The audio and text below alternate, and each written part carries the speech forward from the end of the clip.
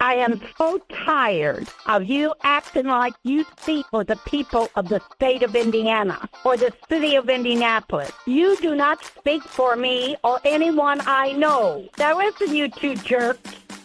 Jerks on the right.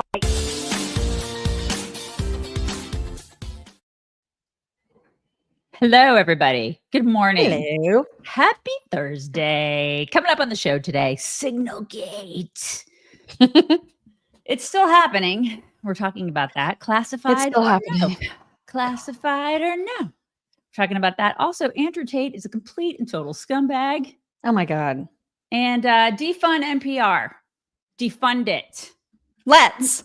Yeah. And then we'll talk about later on, at some point, we'll have to defund Planned Parenthood. That's a whole other day. There's so much to defund. But first, let's defund NPR. All that and so much more coming up on the show today. It's going to be a long show from what Mock has. It's going to be a long show. So everybody settle in, get your coffee, get ready, buckle up, buttercups. You can find all the Chicks things at www.chicksontheright.com/links. Also, please subscribe to this podcast. Just click subscribe. Click it. Do it. And I don't do it. That's it. That's all I've got. Did you already said chicksontheright.com/links? I did. I said it. You missed it. We didn't sleep. Neither one of us slept last night. So it's going to be a really fun show. So we picked today to have a really long show when we're both exhausted. We're both really tired. Right. This is my third cup of coffee, just so everybody knows. Third cup. Right. Yeah. So we can't make any promises about the quality of today's show. But we can promise that it'll be punchy. We'll be punchy. You guys will probably be punchy. So it's just going to be long. We're just going to get right into it. There's a lot, unfortunately, to get to about Signalgate. So we'll kind of cover that in like 3 different little segments. First, we'll just have some headline. Look, I'm already exhausted from even thinking about Signalgate. We're going to talk through some little headlines about it. We're going to, cover a little bit of the hearing from yesterday, a little bit of Karoline Leavitt's presser and some reaction. And then we've got so much other stuff to cover, as you mentioned, and more Jasmine Crockett on the way, unfortunately. Yeah, so lots to get to. Let's just get right into it. First of all, amazing. There's already a lawsuit. American Oversight is suing Pete Hegseth, Tulsi Gabbard, John Ratcliffe, saying that their message, the whole Signal thing, is a violation of the Federal Records Act. So that lawsuit, that happened yesterday. And then wouldn't you know it, as soon as it was filed, look who the judge is. It's Judge Boasberg. Surprise! Surprise, everybody, surprise. Yeah. Why didn't we ever do this crap? Why didn't we ever do this with like Hillary Clinton and Biden? Why didn't we do it? Oh, that's right. We're not super litigious whack jobs. We're not. But then again, we should have been. We should be. Like, why didn't we set the precedent for all this stuff? The reason is because Republicans just want to get shit done. They don't constantly want to block shit from getting done. That is the difference, the inherent difference between Democrats and Republicans. Democrats want to obstruct, and Republicans just want to get shit done. I'm sorry for my expletives. So many expletives, but they're all necessary. Who's exhausted? Raise their hands. Me. Who's exhausted? So exhausted. And interestingly, so it's Boasberg that's going to be the judge. And then someone uncovered this gem way back from 2016 that James Boasberg ruled to delay the release of almost 15,000 Hillary emails until after the election. Look at the picture. I know. It's just, and it looks like somebody else is driving the car with this guy. Am I wrong? No, you're not wrong. Somebody else definitely does. He's driving there. Lunatic. This is all so freaking sketch. As the kids would say, it's sus. Very sus. So super sketch. And then there was obviously Signalgate is just not going to die. And so we're going to have to cover it for as long as it's alive. One of the most egregious things, and this was from the Wall Street Journal, which was a huge disappointment, but they wrote this big article about how awful Signalgate was and how especially awful it was that Steve Witkoff, who was included on the thread on Signal on the chain was in Russia at the time that these war plans, and we'll discuss whether they really were war plans or not later. But the Wall Street Journal made this claim that he was in Russia, and therefore it made this even worse because he could have been, Russia could have like gotten in on the conversation and all of this nonsense. Well, he wasn't even opening or part of that communication thread until he was back in the United States and the Yemen attack, the Houthi attack was already over. And at that point he was like, yay, go team, good job on the mission. But it was completely a lie that they were trying to make it sound like he was in Moscow and therefore extra compromised. That just simply not true. And he was mad. Like he wrote a big fat tweet about it saying, I am incredulous that a good newspaper like the Journal would not check with me as to whether I had any personal devices with me on either of my trips to Moscow. If they had, they would have known the truth. This was ridiculous. This was just ridiculous. A good newspaper. I mean, they have been. Wow, Wall Street Journal has been typically mostly good. It's not the Post. I mean, it's definitely not the Post or the Times. All right. Okay. I mean, I don't know. I don't trust any of them these days. I mean, you just don't. I just don't. That's the thing. Yeah. So, okay. Yeah. You just really can't at this point. Because it's journalists. Journalists. They don't ask questions. They don't actually journalism. Yeah. They just make a statement again without checking with him. They craft the story in their brain and then they like figure out ways to make that happen. This is what that's journalism now. It's not the hey, who, what, when, where, why, and how. Let me go find that out before I craft a narrative. They craft the narrative first, and then they try to like fill in the holes. It's a bunch of shit. It is. And they don't, the most basic thing is if you're going to write about somebody, you should talk to that somebody. Yes, like that should be the first person that you maybe get a quote from. I don't know. I feel like that's one of the rules of journalism. It used to be anyway. Yeah. And now it's not. It's such propaganda, man. And you can't, you're right. Like you cannot trust them the way that you can trust Field of Greens. That was good. That was pretty good, right?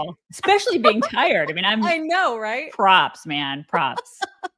So, good. I mean, if you're doing if you are on your own personal Maha journey, that's right. It's a journey. Why would you not want to add this? This is from Brickhouse Nutrition. Field of Greens is a green health powder that you simply take a scoop of, you mix it in some water, and you've got yourself the most delicious berry tasting drink that is the equivalent of your daily fruits and veggies allowance. So this, if you're not good at getting in all your veggies and your fruit, this is the way to cheat. I know, it's totally me too. And it's so much tastier. So much tastier than say broccoli. Yeah.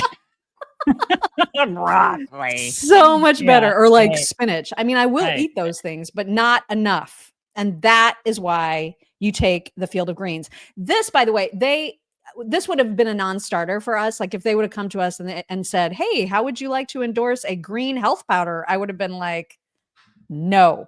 But I tasted it and I was like, this doesn't taste healthy at all. Really good. It is really good. So it's fantastic. And it's the only one that guarantees like when you're going to see results on your labs at your doctor's appointments, or they're going to give you your money back. That's a pretty strong guarantee. It is. So we know you don't eat perfect. Nobody does. So you can just fill in your nutrition gaps the easy way with Field of Greens. The code, of course, is CHICKS. You put it in when you make your order at fogchicks.com. fogchicks.com. When you use that code, you're going to save 20% off your first order. And that is a good discount. Fogchicks.com, code Richard wants to know why we both miss sleep. Well, we share a brain. We're in completely different states, but the answer is menopause, Richard. That's correct. The answer. Mm-hmm. Right. They don't tell you that in menopause, you're going to forget everything. And so what happens is that you want to make a note of something in your mind. Back in your 30s and 40s, when you made a note of something in your mind, it was there and you could retrieve it. It was like right there. It was right there and you could retrieve it as needed. Right. Now you have the thought and you have to do all kinds of mental exercises to commit it to your short-term memory. And even then, it's not a guarantee that it's and then you get like way back here. You start like thinking about other there. stuff during the mental exercises. I'm like, look, there's a squirrel. Oh no, you're supposed to be doing mental exercises to remember the crap that you're supposed to be remembering. It's menopause, Richard. And then if you're doing that in bed, which is almost always the case, then you're like, then you have the fight with yourself, like where you say, do I get out of bed and write this down? No, because then you really, really wake up all the way. Yeah. And then you have the fight because like, I don't want to wake up all the way, but I also don't want to forget this important piece of it. It's like the fight when you have to get up, you want to pee, remember, you guys have been through this where you're like, you get up and you're like, I have to pee, but should I really get up to pee? Or can I make myself go back to sleep? You guys have been there. I know you've been there. Right. By the way, I have never understood how you don't pee in your sleep. I mean, not that I do. You know what I'm saying? Humans as a whole. Like, what is it about sleep that makes you not just wet everything? Your body wakes up and says, you have to pee now. The body's a miraculous thing. It's incredible. It is incredible. It's incredible. I don't understand how that works though. Because but you don't ever pee the bed. You know what I mean? Like humans just don't do it. And like, except when they're like 2. True. But then you become an adult and you just don't do it. And why? Like, how does your body not, if you're 100% relaxed, you know what I mean? You're out of it. You're gone. Yeah. Right. But you get up anyway. We have totally gone off the rails. This is what happens when we're tired. Welcome to our show, everybody. This is always what happens when we are tired. All right. So here's some more stuff that's going on with the Signalgate. The Atlantic and Jeffrey Goldberg released the entire text thread. And some of the things that they said to expect, or some of the things that Jeffrey Goldberg claimed were war plans, seemed to me to look like an awful lot like war plans. Not that I have ever seen war plans, but if I were to imagine what they look like, they would be reminiscent of what we saw in some of these text chains.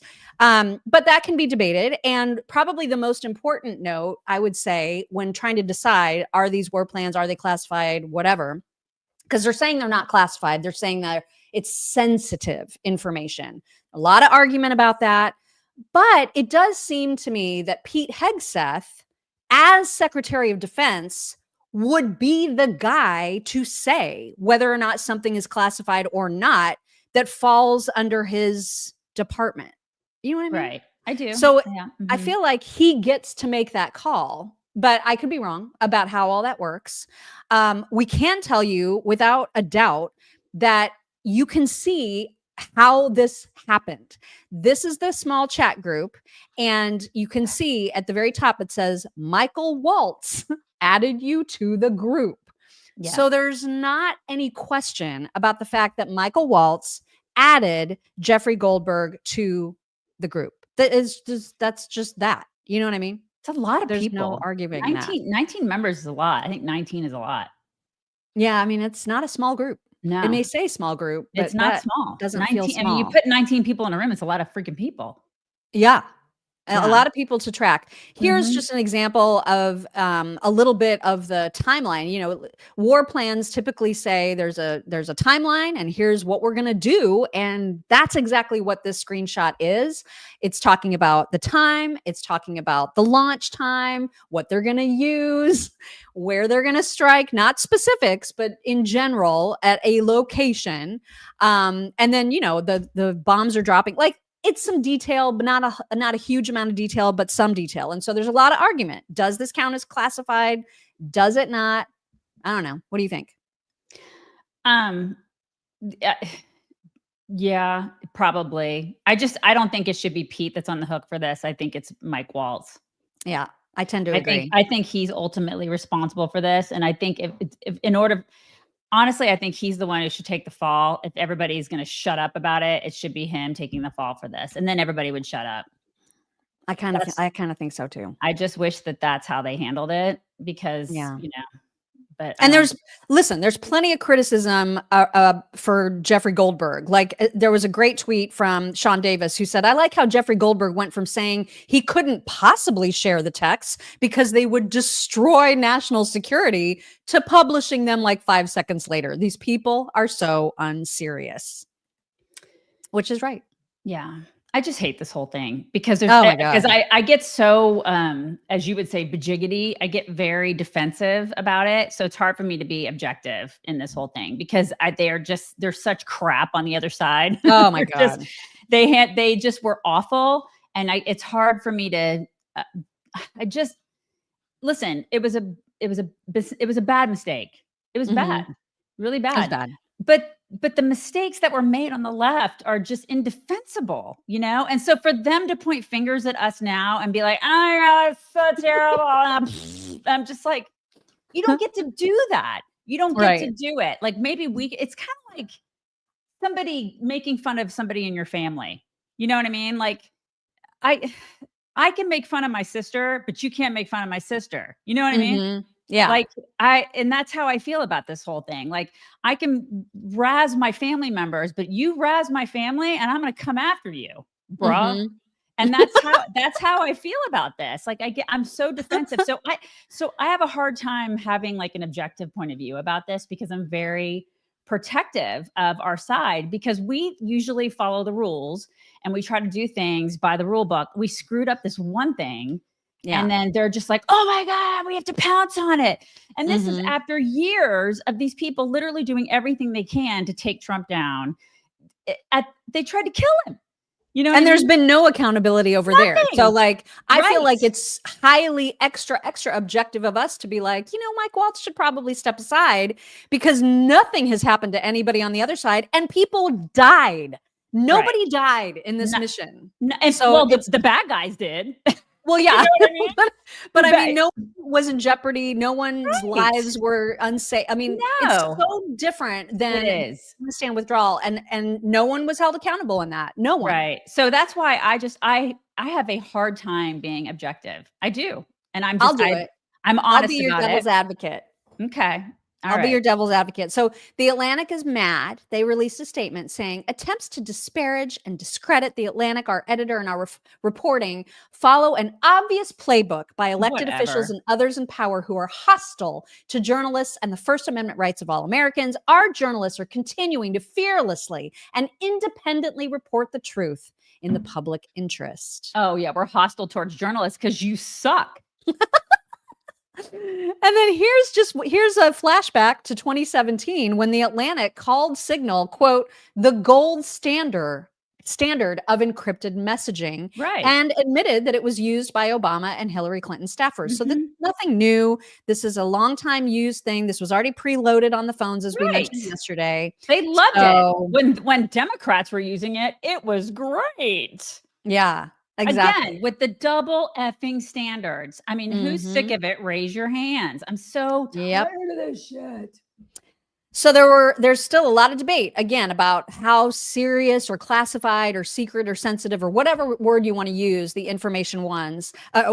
Hans Monkey on Twitter said not to excuse the sheer stupidity of adding Goldberg to the Signal chat, which is inexcusable. And no one was hacked. But let's recall that Goldberg initially claimed that there was a war plan that contained precise information about weapons packages, targets, and timing. That was a lie.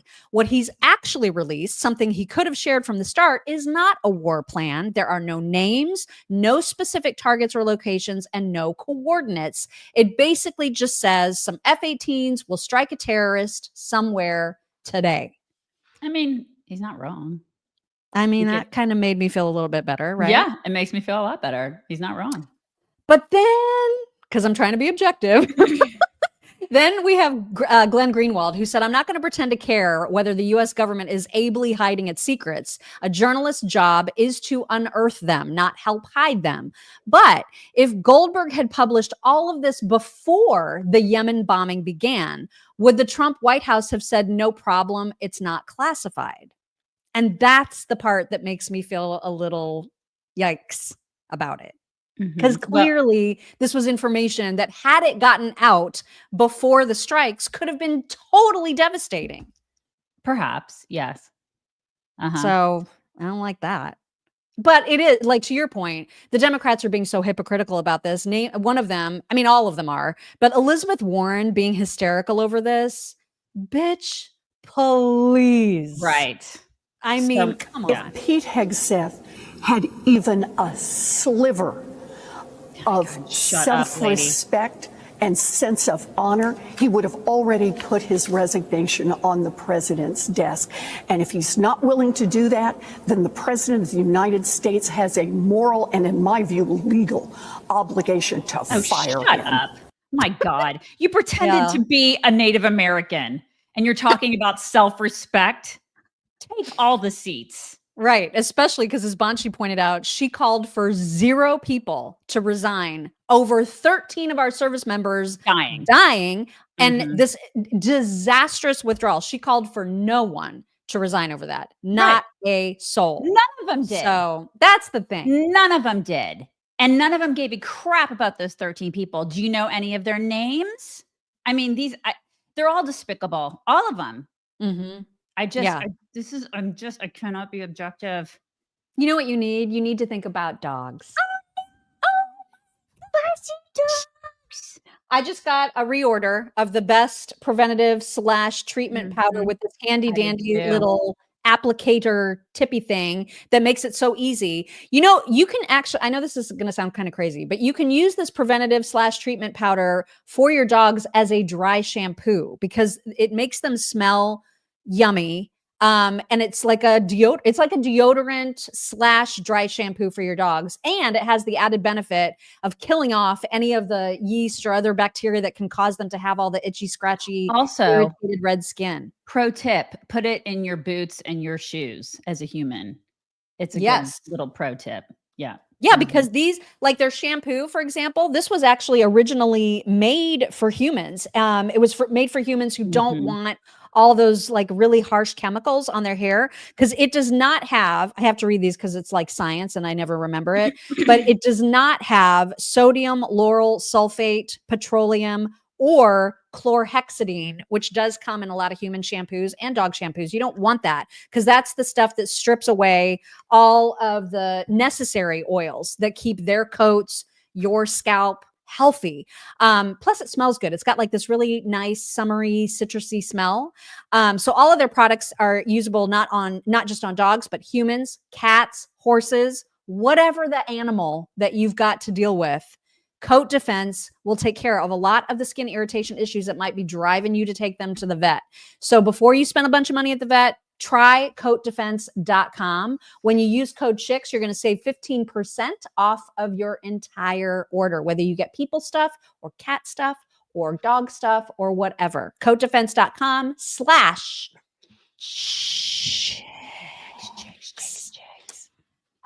Mayor Pete has been exhaustingly ridiculous about this entire thing, and Rick Grenell slapped him back so hard. So Pete said, from an operational security perspective, this is the highest level of fuck up imaginable. These people cannot keep America safe. And Rick Grenell was like, you faked a bike ride. I cannot. That is the greatest. I forgot about that. I actually forgot about that. I mean, I remember the chest feeding and like the ineptness at his job, but I totally forgot about the bike ride.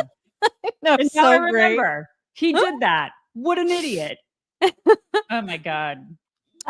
Lisa Booth had the perfect thing to say on Twitter. She said, I'll take an embarrassing group chat mistake over getting 13 service members killed. Yes. I mean, yes, Lisa. Right?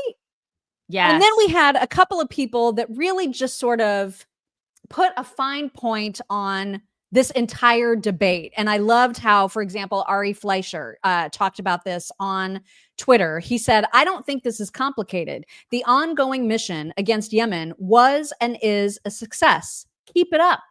Internal comms were not handled well. The info about the strikes should have been classified and should remain so. Signal is not for classified comms, period. The White House needs to figure out how it's mistakenly put a journalist on its comms list. SecDef should admit he put info on there that was a mistake. No one needs to lose their jobs. Everyone needs to learn from their mistakes. Now get back to work. Right.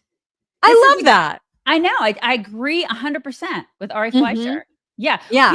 People should lose their jobs over killing 13 service members. And they never will. And they never will. And they never did. And they never will. So, like clutch your pearls over that, you jackholes. They never did. They never did. But yet they're clutching their pearls over a comms mistake. This is why again, cannot be objective. And I don't know if I agree with him 100% about like no one needing to lose their jobs. I mean, that clearly is not going to happen. At least, right now Trump is supporting his entire team. Everybody made a mistake. We're moving on. I just don't know if that's going to be, I don't know if that's going to end up being enough, or if we're going to be saying the same thing next week. Who knows what can happen between now and then. I think that if he would have fired Waltz, people probably would have maybe shut up a little bit. But and it would have set a standard in this administration that was not set in the previous administration. However, I also can see where Trump is probably like, wait a second, nobody lost their jobs in the last administration for all the F-ups that they did, Exactly. And so why should I fire Waltz? Why should I do it? So I can see both sides. Yeah, same. I can too. The problem is that a lot of people, no matter what side of the aisle they're on, they get dug into their side. And so once again, I'm going to try to introduce some objectivity here. Thanks to David. I'm not sure how to say his last name. I think it's Reboy. But he said, regarding Signalgate, people who hate Trump are cynically trying to manufacture Valerie Plame 2.0, which itself was a bullshit scandal. People who love Trump are flailing and attacking Goldberg, a piece of trash lib, but one who behaved like a normal reporter here. Very few people are preventing their politics from dispassionately assessing the situation. It was a staff fuck up, but it was not the end of the world. Somewhere in the area of not great and embarrassing and nothing more. Right. And I think that is a very, very fair assessment. Right. So then let's all just move on. You know what I mean? And it's right now, and even Lindsey Graham said, I agree with President Trump that Mike Waltz is an invaluable member of his national security team and that he should continue to serve the president and our country. Elon Musk also agreed. And speaking of Lindsey Graham, Trump has endorsed him, and not just endorsed him, but like endorsed him extra hard. Please read this. Super hard. Senator Lindsey Graham is working incredibly hard for the great people of South Carolina, a state I love and won big in 2016, 2020, and 2024. Lindsey has been a wonderful friend to me and has always been there when I needed him. As the chair of the Senate Budget Committee, Lindsey is fighting tirelessly to grow the economy, lower taxes, and eliminate government waste. Except for wars. Lindsey is also relentlessly focused on helping us secure the border, stop migrant crime, strongly support our great military vets, promote American energy dominance, defend our always under siege Second Amendment, and ensure peace through strength. Senator Lindsey Graham has my complete and total endorsement for re-election. He will not let you down. Everyone in South Carolina should help Lindsey have a big win next year. Now, I got to tell you, I don't know what deals have been made, but I don't like this endorsement. Not a fan, you guys. Don't like it. I don't like him. Sometimes he endorses people that I'm just like, why? I think there's a deal. A deal has been made. A deal has been made here. I just don't know what it is, Yeah. But I'm one of those trust people when they tell you who they are, and he has told me who he is, and he is a warmongering jackhole. I don't like him. I don't like Lindsey. You guys, your mileage may vary, and that's fine if you like him. I just don't like him. I just feel like Trump so values loyalty to him. And Lindsey Graham has been very loyal to him personally. He wants to keep his job. He wants to stay in power. He likes that position. What else has he got in life? And so, I mean, this is what happens. And a lot of times it's to our detriment. I mean, there's been some times where Trump has endorsed people that I'm just like, I don't know what you're doing here. And it's not going to go well. And I feel like this could be potentially one of those times. This could be like, where conservatives really rally and they just reject it outright. They just don't think that this is a good choice. I don't know, because Lindsey Graham, of course, has been around forever. He's got good name recognition here. If he's on the ballot against a Democrat, obviously I will be voting for him. But in a primary, I'm going to have to see what my choices are. Right. So we'll see. Also, Democrats, we've talked a lot about this lately. They have just been on this warpath in terms of strategy where they just want to throw out F-bombs constantly. And they think that this is a winning strategy for them. The official Democrats X account had this to say. Oh my God. They put a big picture of Tammy Duckworth on the cover of their little picture and said, Pete Hegseth is an effing liar. That's what the official Democrat account is putting out now. Again, we talked about this yesterday. We say the words here on this podcast sometimes. We do that. And, sorry, it is what it is. We're a podcast. Sorry. I'm not in Congress. I'm not a senator. But if I were either one of those things, I would treat that office with the respect that it deserves. And I would not be doing that. This is absolutely classless. I mean, we've come a long way from when it was a big effing deal that Joe Biden said this is a big effing deal. Do you remember how explosive of a story that was? And now it's just like, this is part of their strategy. This is the thing. The next thing you know, we're going to be like a third world country, going to be throwing chairs at each other.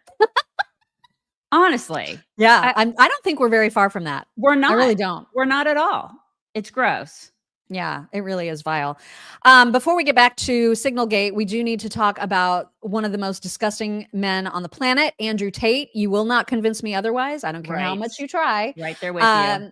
Yesterday, TMZ broke a story that one of his girlfriends says that he nearly choked her unconscious during a violent sexual encounter 2 weeks ago, prompting her to go to the police. She reported this to the police. Her name is Bree Stern. She filed a sexual assault report, claims Andrew attacked her on the 11th of March while they were staying at a Beverly Hills hotel. And she also went to the emergency room for whatever her injuries were. She has pictures from that. She also has whatever it is, the receipt that you get when you go to the ER. She has that medical report. And she also has screenshots of text messages between her and Andrew, which are absolutely disgusting. And you'll see in just a second, this is them together. She met him last summer when she went to Romania for a modeling gig and they started dating. I don't know why women are attracted to this guy. I was going to say, never get it. Quit dating this guy. Just stop it. So gross. I know. I'm not like victim. I'm not trying to victim blame here, but seriously, like I feel like at this point, if you're a woman that has half a brain and you can read the news, you know who this guy is. If you can read, stay away from this guy. Yeah. You know what kind of a guy he is. There's plenty of videos of words coming out of his own face that tell you exactly how you can expect to be treated. And it's not good. Okay. Stop it. So, yeah. And then the text messages. So here is one of the exchanges. He said to her, "You back talk too much, whore. So I beat you. I will hit you today, but I love you." And she said, "Why the name calling?" He says, "Do you understand?" She says, "I'm scared. I don't care. Do you understand?" "Yes, but why the hitting? Do you belong to me or not?" "I do." That's just one example. There were other messages in which he got even worse. He said, "I want to beat the F out of you. You will give me a child this year, bitch." She says, "Why do you want to beat me? It's 12:30 a.m. I'm in the room. I sleep soon." He says, "What's the point in having you if I don't beat you and impregnate you? You should be thankful." I mean, so gross. "I really love hitting you. It's very good for me. And you, it's relaxing. Don't you think?" "Pookie, no, I cry." This is how she talks to him. Oh my God. I can't, right? I know. It's so gross. And then he says, "You need to be hit." She says, "Why? I don't like it. What did I do?" "You deserve it." This is Andrew Tate. So I don't know why any conservative wants to align with him, be photographed with him, support him, do interviews with him, do interviews with him, be in any way involved with him. He is not our people. And there are people in here saying that's fake. Okay. Okay. All right. Yeah, you should believe he's an absolute saint. Go look at the top of his Twitter feed right now about in a video in which he's self-promoting and then explain how you can say anything positive about this absolute jackass. And if you think it's fake, then I'm sure you'll let your daughter date him. We'll see how we'll see how well that goes for you. Yeah, Laura Loomer. Somebody's saying Laura Loomer is a big fan of his. Need I say more? Okay. All right. I mean, just so absolutely disgusting. All right. Moving back, because there was a hearing yesterday and some more reaction from the key players in Signalgate, one of those being Mike Waltz. When the Signal thread came out in its entirety, he said no locations, no sources and methods, no war plans. Foreign partners had already been notified that strikes were imminent. The bottom line, President Trump is protecting America and our interests. And Pete Hegseth also had a very stern message to the press about the entire thread. He said, no names, no targets, no locations, no units, no routes, no sources, no methods, no classified information. Those are some really shitty war plans. This only proves one thing. Jeff Goldberg has never seen a war plan or an attack plan, as he now calls it, not even close. As I type this, my team and I are traveling the Indo-PACOM region, meeting with commanders, the guys who make real war plans, and talking to troops. We'll continue to do our job while the media does what it does best, peddle hoaxes. I mean, I can understand why he's pissed. I get it. Oh, totally. But it's also not a hoax. I mean, that's really not the right word for this. It's a big mess up. How about hoax? Okay, maybe not hoax, but to incite drama where drama doesn't need to be. Yeah. And so maybe hoax wasn't the best, the most carefully crafted word, but I would definitely say drama. Oh, for sure. Unnecessary drama. And the Intelligence Committee hearings continued. Tulsi gave a really great opening statement in which she addressed this. I'm not going to play the whole thing, but just a piece of it that was really, really good. Here is Tulsi. The conversation was candid and sensitive, but as the President National Security Advisor stated, no classified information was shared. There were no sources, methods, locations, or war plans that were shared. This was a standard update to the National Security Cabinet that was provided alongside updates that were given to foreign partners in the region. The Signal Message app comes pre-installed on government devices. In December of 2024, CISA stated, quote, "We strongly urge highly targeted individuals to immediately review and apply best practices provided in the guidance to protect mobile communications, including consistent use of end-to-end encryption." And they named Signal as an app as an example of such an end-to-end encrypted messaging app. I like her. I mean, she's so calm, you know? Yeah, she's really is. So like aloha. Which means hello and goodbye. I don't know if you guys know that. And probably other stuff. It probably means all kinds of things. Calm your tits. Right. But she's so steady, man. Like, she is, man. I know calming. She really is. She's just a rock. And I like her. I just really do. So I don't like it when people are mean to her. Same. And John Ratcliffe. Don't mess with my John Ratcliffe. Right. I love this guy. I absolutely love him. He tried desperately to get this committee and the world to refocus on what really happened that day. Here there's so much talk about this Atlantic article and about things that were said and that could have happened instead of a focus on what did happen. So my responsibility as CIA director, one of its responsibilities is to kill terrorists. And that's exactly what I did along with President Trump's excellent national security team. That's what we should be focused on. With regard to that article, I also would appreciate the opportunity to relay the fact that yesterday I spent 4 hours answering questions from senators as a result of that article that were intimating that I transmitted classified information because there were hidden messages. Those messages were revealed today and revealed that I did not transmit classified information, and that the reporter, who I don't know, I think intentionally intended it to indicate that. That reporter also indicated that I had released the name of an undercover CIA operative in that signal chat. In fact, I had released the name of my chief of staff, who is not operating undercover. That was deliberately false and misleading. Yup. Okay, so that actually would be a hoax. That part is definitely hoaxy. Mm-hmm. Indeed. Yep. Indeed. Just like the Steve Witkoff stuff. That was also hoaxy. There are definitely elements of hoaxination here. There's, you know, hoaxillarity. There's some hoaxillarity. Yeah, there's definitely some hoaxillarity, you guys. Mm-hmm. And then it got just flat ridiculous. So this Democrat Representative Gomez decided to take this hearing in the stupidest, most inappropriate direction by bringing up Pete's alleged drinking, you guys. Your knowledge, do you know whether Pete Hegseth had been drinking before he leaked classified information? I don't have any knowledge of Secretary Hegseth's personal habits. Director Radcliffe, same question.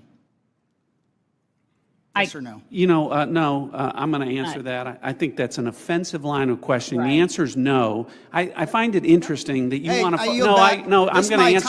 time. You asked me a Director, question. Do you want an director. answer? No, listen, You it's don't a want yes to or no. focus on the good work that the CIA is doing, that the intelligence community. Director, You I want to talk reclaim my about- time. Director, I reclaim my time. Here, I have huge respect for the CIA, No, you huge don't. respect for our men and women in uniform. No. But this was a question that's on the top of minds of every American. No, Obviously. no, I wasn't. No, it isn't. No, it isn't at all. I wasn't thinking about that at all until you said Oh it. You're my an God. idiot. God, I could these not people- believe that this was a thing. these people are hell bent on personal destruction. That's all they care about. They just want to personally destroy other people, other Americans. They're so gross in every way. Yeah, We are not that the guy. same. Wow. Gomez, that- you ignorant slut.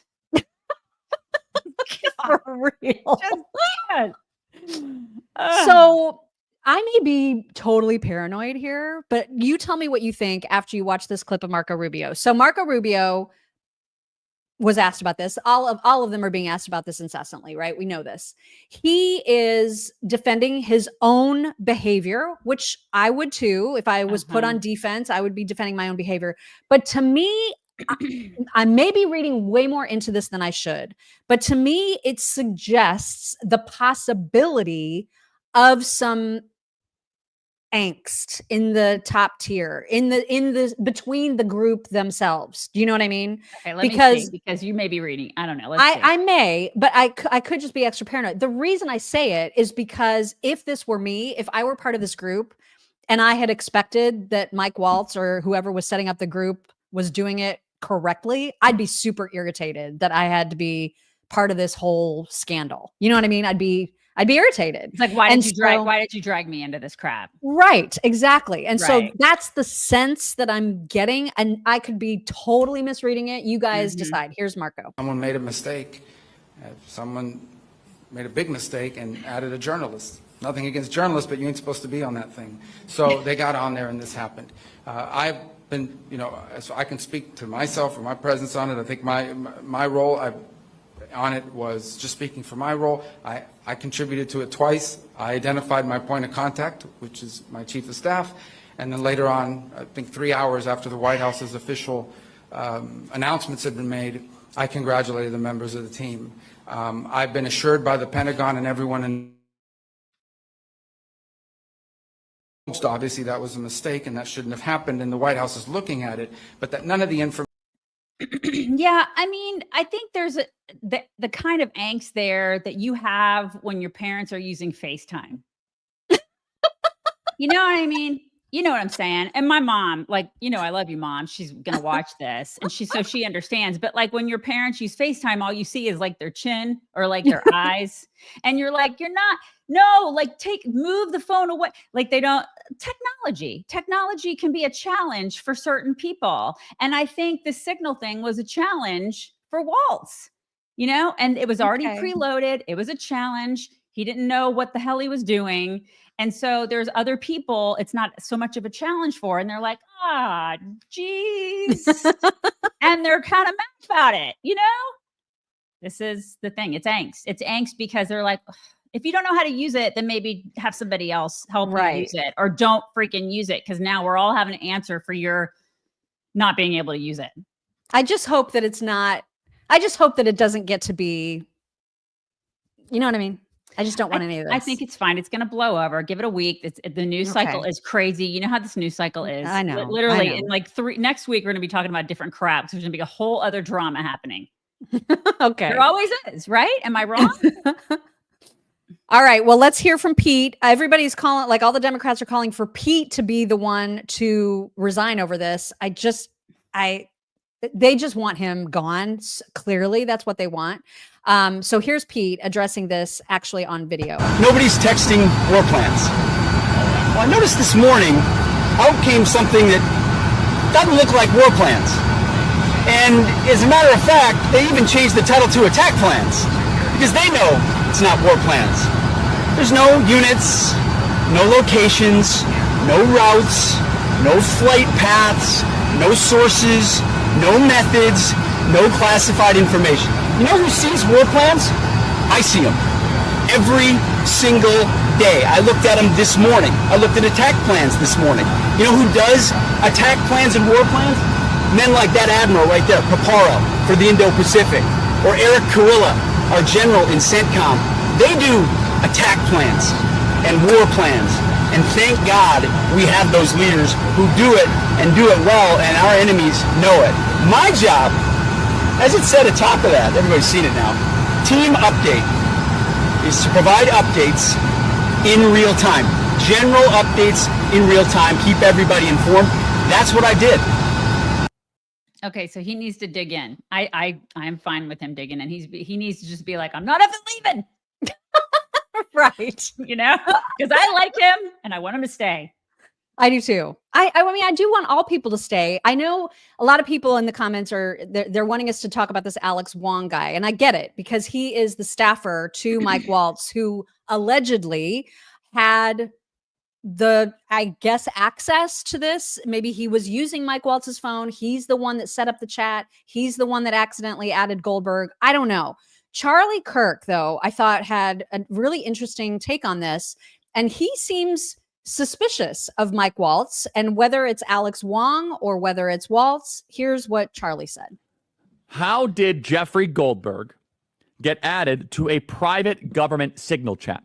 Well, here is what we know. We know that Mike Waltz was the admin of the group chat. Now, for example, I text a lot of people on Signal. I use Signal a lot.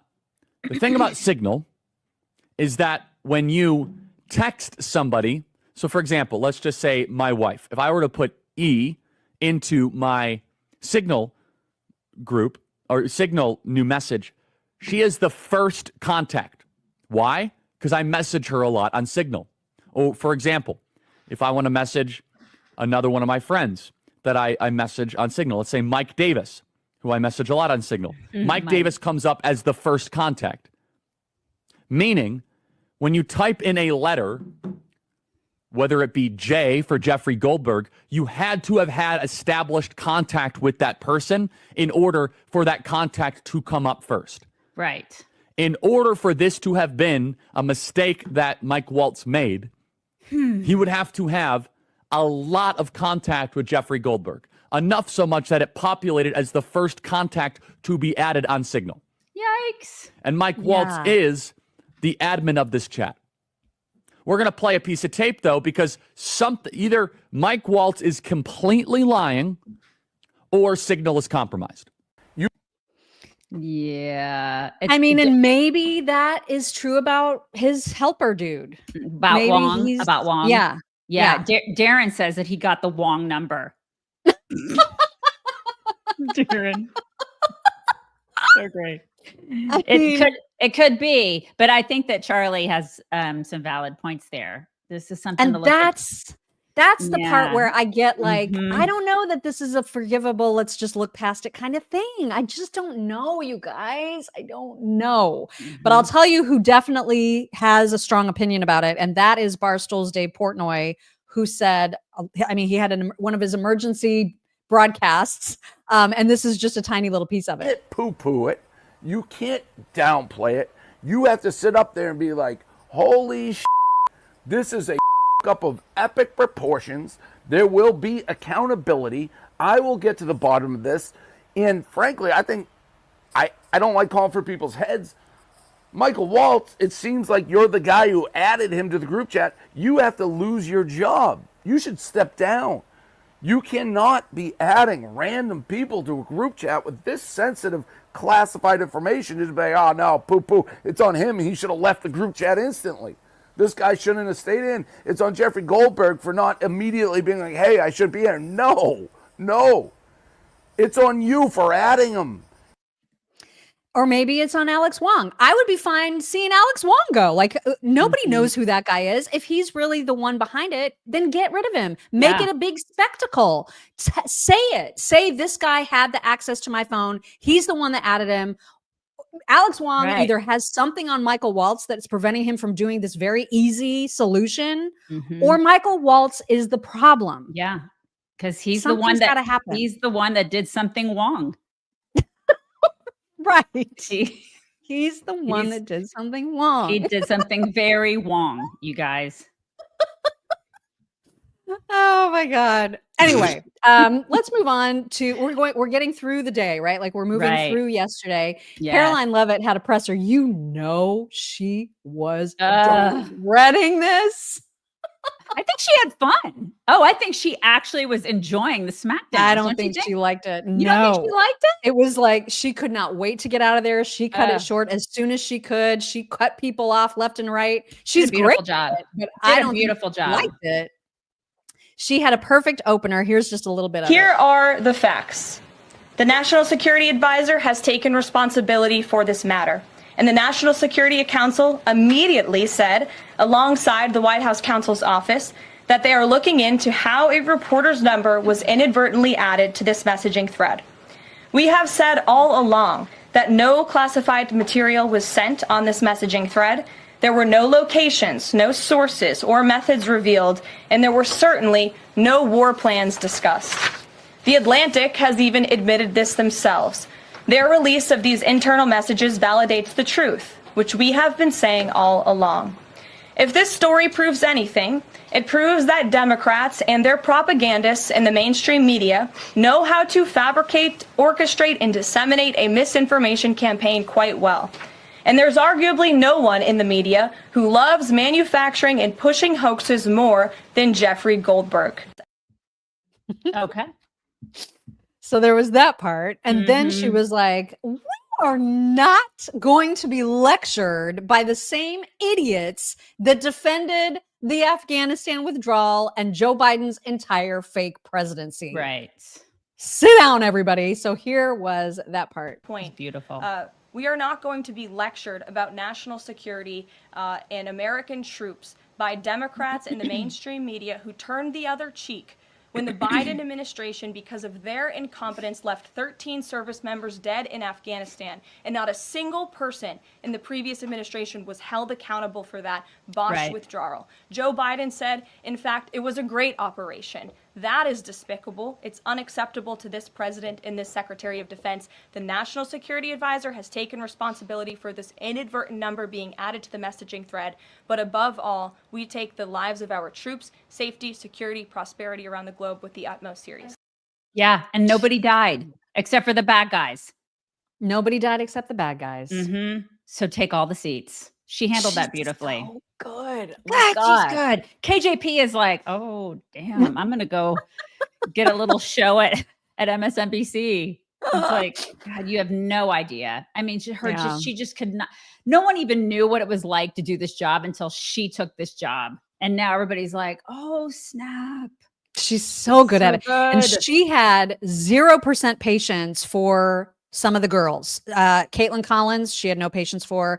Jackie Heinrich, she had no patience for. She allowed Jackie one question, but Jackie kept wanting to go. Same thing with Kaitlan. Jackie Heinrich these days. What's going on? I know, but watch how she shuts both of them down. Tensions. Do you believe that he would release that to embarrass the administration ahead of the worldwide threats? Jennifer, go. 14-15 strike drones on target, and in all caps he said, this is when the first bombs will definitely drop. Does the president feel that he was misled by his national security advisors, whoever it was that told him there was no classified information in there, now that he's seen these messages? I've now been asked and answered this question 3 times by the both of you, and I've given you my answer. The president feels the same today as he did yesterday. Okay. Philip. And I might follow up on what you had just said. No, go ahead, Philip. Caitlin, I'm not taking your follow-up. Philip, go I have ahead. a follow-up on something you just said, though, Caroline. Caitlin, I'm not taking your follow-up. Philip, go ahead. I have called on you. The vice president seemed to express. I don't like you, Caitlin. I don't like you, Caitlin. She got smacked down by Trump yesterday or the day before yesterday, and now Caroline yesterday. Nobody likes you. Nobody likes you, Caitlin. Likes you. Okay, so that was the presser, and then I'm just extra glad that she said the part about I'm really glad for the people that are bringing up the 13 service members who got killed. Right. And the absolute double standard and hypocrisy that we're seeing from the Democrats. And it's getting to be even laughable in some cases. Mark Warner, who we've made fun of for days as part of that hearing, he was on the Squawk Box and he just got totally slapped down. It was glorious. Check this out. Well, you remember the Biden administration started with the biggest F up in history with Afghanistan and 13 dead Americans. Let's not get too sanctimonious and high and mighty about screwing up, Senator. Yeah. Yeah. Let's not. Sanctimonious is such a great word. That's what they are. They are just, they're sanctimonious blowhards. And they have no pillar to stand on. These people are just void of morality. And then they're preaching it to us. And it's like, you don't get to do that. You don't. I love it. I love it. And Will Cain, he's always been such a softie to me, but it seems like lately what he's doing on his show is inviting Democrats with whom he can spar. And he's doing that a lot lately. He had on, who was it? It was Representative Jason Crow yesterday. And Jason Crow is one of those people that's like, Pete Hegseth has to go. And so Will Cain was asking him, well, whose head did you call for when the 13 service members were killed? And it got really kind of heated. I was very proud of Will Cain. Here's that exchange. Taking action in fact, Congressman, in fact, I do have some of your words right here. So this is what you told CPR News, which is a Colorado news agency. Back in 2023, you said, I do think the withdrawal from Afghanistan was messy. It was chaotic. There were a lot of mistakes that were made, and I haven't pulled punches on that. And then you go on to say in that same interview, but there are lessons learned, and I take a holistic look and not look at it through a small frame. So you admit that it was a mistake. You know that it was connected. I agree, by the way, it is apples and oranges, because in this situation, 13 Marines actually died. So I agree, they're not apples to apples comparisons. But on this particular mistake, you didn't demand anyone's resignation. And so I don't find it principled that now you do when nothing happened other than a successful military operation was executed. It seems to me, Congressman, that what you're doing is playing politics, not principles. Yeah, I love that. He's 100% correct. He's 150% correct. These people are so disingenuous. God. And Trump this is his moment where he kind of looked like how you were saying about your mom. This is when you know Trump has no idea what he's doing with technology or like how some of these platforms work. Because now he's trying to say that the signal may just be broken, you guys. It may just be a broken signal. Or witch hunt. Here we are talking about some of the greatest business deals ever made. The greatest companies in the world are moving into the United States. And you want to ask about whether or not Signal works. I don't know that Signal works. I think Signal could be defective, to be honest with you. And I think that's what we have to, because you use Signal and we use Signal and everybody uses Signal, but it could be a defective platform. And we're going to have to find that out. Oh, my God. It's so funny. I think that Elon just needs to make something for them, or just have some of his nerds craft something for the government that is just governmental, you know? Yeah, they really do. This doesn't seem like it should be hard, and it seems like something that should have been done forever ago. So yeah, I hope that's what they do. A lot of people are making a lot of hay about this story too, which is that Michael Waltz's Venmo was public until like yesterday afternoon when the story started going around, and it is filled with reporters, which I don't understand, because Venmo it's a financial app, so I don't get it. Were they all just paying each other? I don't understand. I think it has something to do with just his contacts were loaded. Like, you know how sometimes if you join a new social platform, it'll say, do you want to import all your contacts? I guess. And so I think that may be what happened here. And so he just had it all public. Now, I am no Venmo expert. You guys know, if you have ever tried to friend chicks on Venmo, I will never friend you because I don't understand the purpose of that. And it just makes me uncomfortable. So like, I don't understand all the ins and outs of Venmo for real. But again, this is just one more way the Democrats are trying to show that Michael Waltz has no business being in the position he's in because he doesn't know the basics about privacy. I think he should be in the business that he's in. He should be in the position that he's in. It's just that I think that there is a certain level of technical competence by some people, and some people don't have that. Doesn't mean they're not good at their jobs. I just think that there's, some people just aren't technically adept, and I think this guy's one of them. That's his Achilles heel. Like he's just not good at tech. it sucks for him because now he's paying for it. Because I don't know why he would be public on Venmo. I don't get that. I think well, because remember, before he was national security advisor, like he was just a regular person, right? Had Venmo. And he probably just didn't think to change it once he became national security advisor. Okay, well, there needs to be somebody that probably briefs all of these people and says, okay, it's time to lock down now. Right, exactly. You need to lock it up. Lock it up. That is the problem.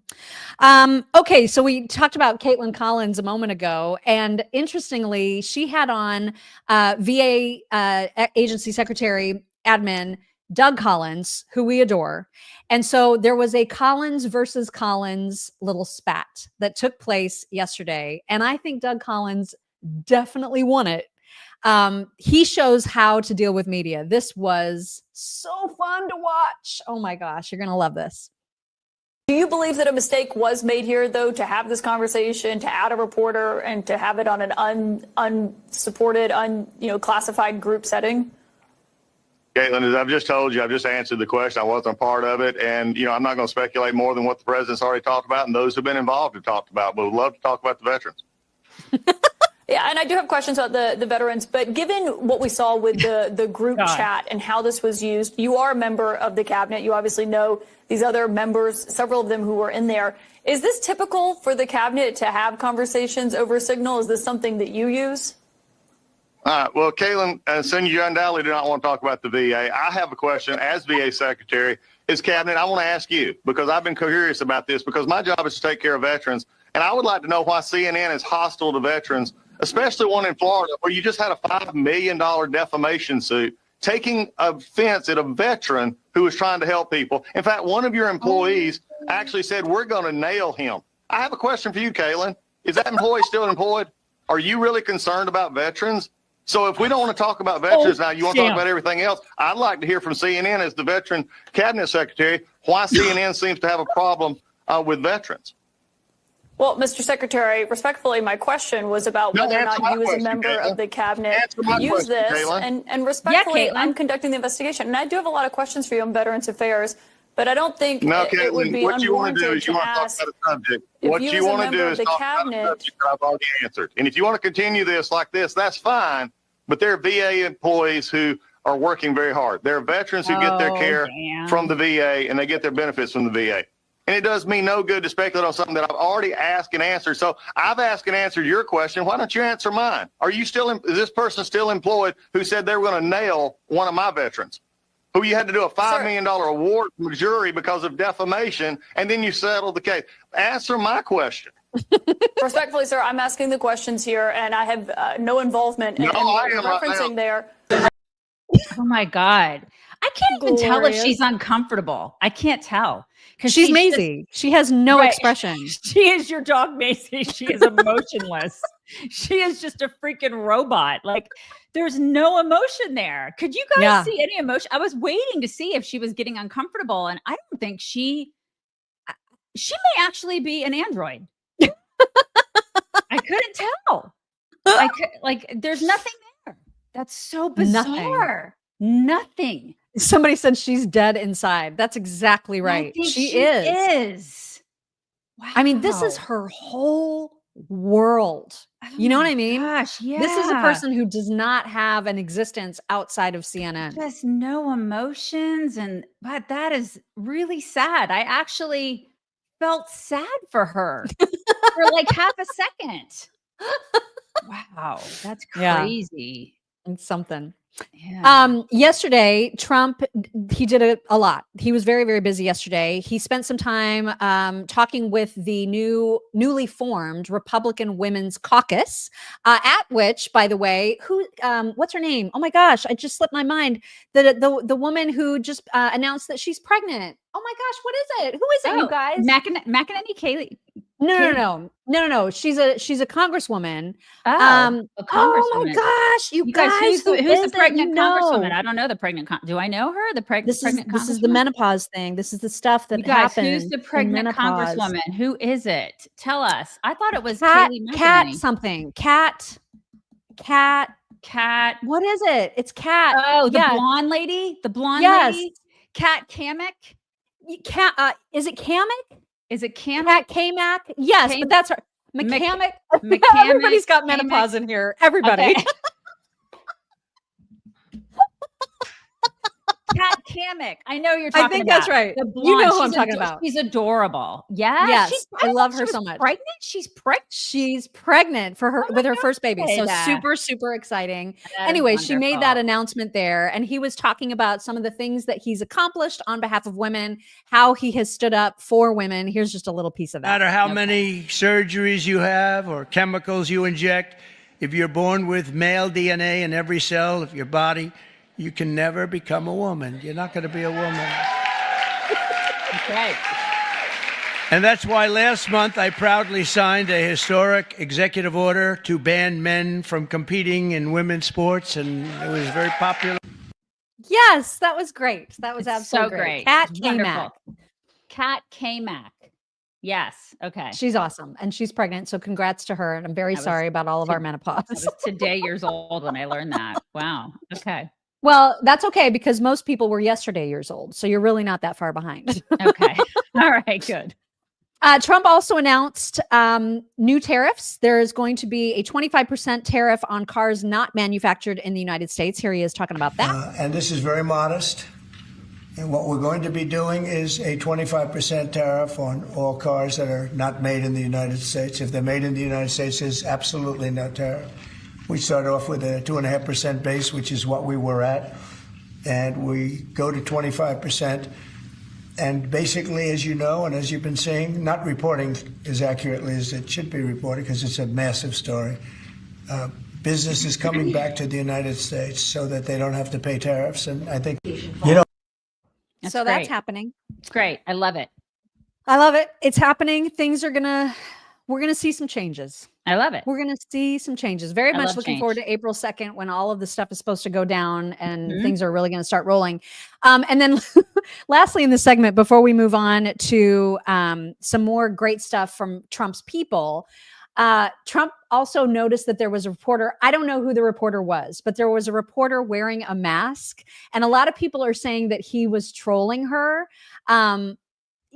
I just thought he was being kind of nice about it. I don't know what to make of this. You guys watch and tell me. I haven't seen a mask in so long. You're wearing a mask. So nice of you.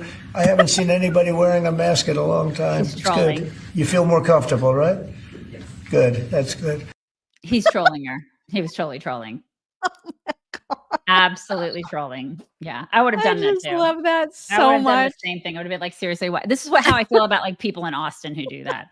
When I go to Austin, Texas, and you see like the 4 people in Austin still wearing masks, you're like, what the hell are you doing? What's wrong with you? Also, Scott Bessent, I cannot get enough of him. I love him. Freaking love Scott Bessent. He also would be at my table, like my dream table of people. I love him. I want to sit next to him at the dream table. I feel like he would teach me manners. He would know all the things about all the etiquette. manners, right? Yeah, he would. He was great. He was on to talk about all of these ridiculous rumors about Social Security being cut, all the fear mongering coming from Democrats. He wanted to set the record straight, and he slammed Schumer in this clip, which was awesome. Is that the goal, to kill Social Security from within, as we just heard from Senator Schumer? Martha, first of all, thanks for having me. And clearly, no. Senator Schumer seems a little discombobulated these days. He did the right thing on passing the clean CR last week. He's taken a lot of shrapnel from his party. And extreme statements like this are not helpful for anyone. The American people, when they voted for President Trump, voted for accountability. And whether it's Doge, whether it is our efforts at Treasury and the IRS, we are bringing accountability and efficiency in, and we want to make things better for the American people. We want to ensure that they get everything that they have paid in, and their benefits are there when they need them, as they need them. So, Senator Schumer is way off base here. I just love the way he said that. Discombobulated. I know, because he's so kind. You know, he is. I know. You want to say he's that shit. He's a villain. Yeah, we would have said it that way. That's what I would have said. Right. This is why he needs to sit next to me and then tell me what fork to use at lunch. Yeah, he would be like, shh, shh, shh, shh. Right. Daisy, don't say that. Don't say Don't those say words. that. Uh-huh. Exactly. All right. You want to feel some American spirit, some sick Heck ass yeah. patriotism? Ah! That was an You are eagle. going to get a lot of it from just watching a few clips from JD Vance's visit to Quantico yesterday. The Marines there were so freaking stoked that he came to visit. I love Here is their reaction when he first came to speak.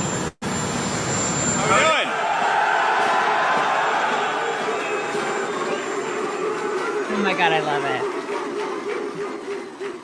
Hurrah, Marines, how we doing? Oh my gosh. I love And he fed them, which was great. I mean, and he was so chit-chatty with everybody. And then he got to shoot targets with big guns. that is like such a dude day. You know? Right? And he was making great shots. They were like, headshot. That's so awesome. How fun. Look how much he loves it. He's living the dream. It's just so great. Here's a close-up.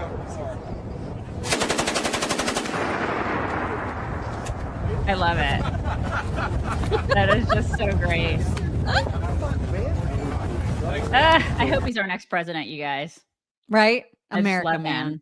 him. So good. So here's some interesting stuff that's happening. Usha was planning on going to Greenland by herself to go watch a dog sled race. And apparently there were some not so kind remarks made about her visit. There were some security issues or worries. And so he decided that he was going to go too. And here is his announcement about that. Hey guys, it's Shady Vance, the vice president. And there was so much excitement around Usha's visit to Greenland this Friday that I decided that I didn't want her to have all that fun by herself. And so I'm going to join her. I'm going to visit some of our guardians in the Space Force on the northwest coast of Greenland and also just check out what's going on with the security there of Greenland. As you know, it's really important. A lot of other countries have threatened Greenland, have threatened to use its territories and its waterways to threaten the United States, to threaten Canada, and of course to threaten the people of Greenland. So we're going to check out how things are going there. And I say that speaking for President Trump, we want to reinvigorate the security of the people of Greenland because we think it's important to protecting the security of the entire world. Unfortunately, leaders in both America and in Denmark, I think, ignored Greenland for far too long. That's been bad for Greenland. It's also been bad for the security of the entire world. We think we can take things in a different direction, so I'm going to go check it out. I love it. I think it's great. That's great. Yeah. Yes. It's fantastic. And I love Fun. him. I love him too. I There's love him so much. there's a big butt. You're saying a big butt? What's the Not big with butt? him. He's fantastic. So Trump was on with that Vince guy who took over Bongino's show. Mm-hmm. Yeah. And they were talking about this. They were talking about Vance going to Greenland and the whole Greenland thing. Trump, when he talks about taking Greenland, he sounds, I don't know what separates us now from any other dictator taking over a country. How are we different when we say things like we're going to have to take Greenland, it's just going to have to be ours? Do you know what I mean? I understand the importance of it. I totally get it. From a strategy standpoint, everything Vance said was perfectly legitimate. But here's what Trump said. You'll see the difference, and then we can talk about Greenland for international safety and security. We need it. We have to have it. And it's a island that, from a defensive posture and even offensive posture, is something we need, especially with the world the way it is. And we're going to have it. And so I hate to put it that way, but we're going to have it. Do you think the people of Greenland are eager to become American citizens? I don't know. I don't think they're eager, but I think that we have to do it, and we have to convince them, and we have to have that land because it's not possible to properly defend a large section of this earth, not just the United States, without it. So we have to have it. He sounds like he has a cold.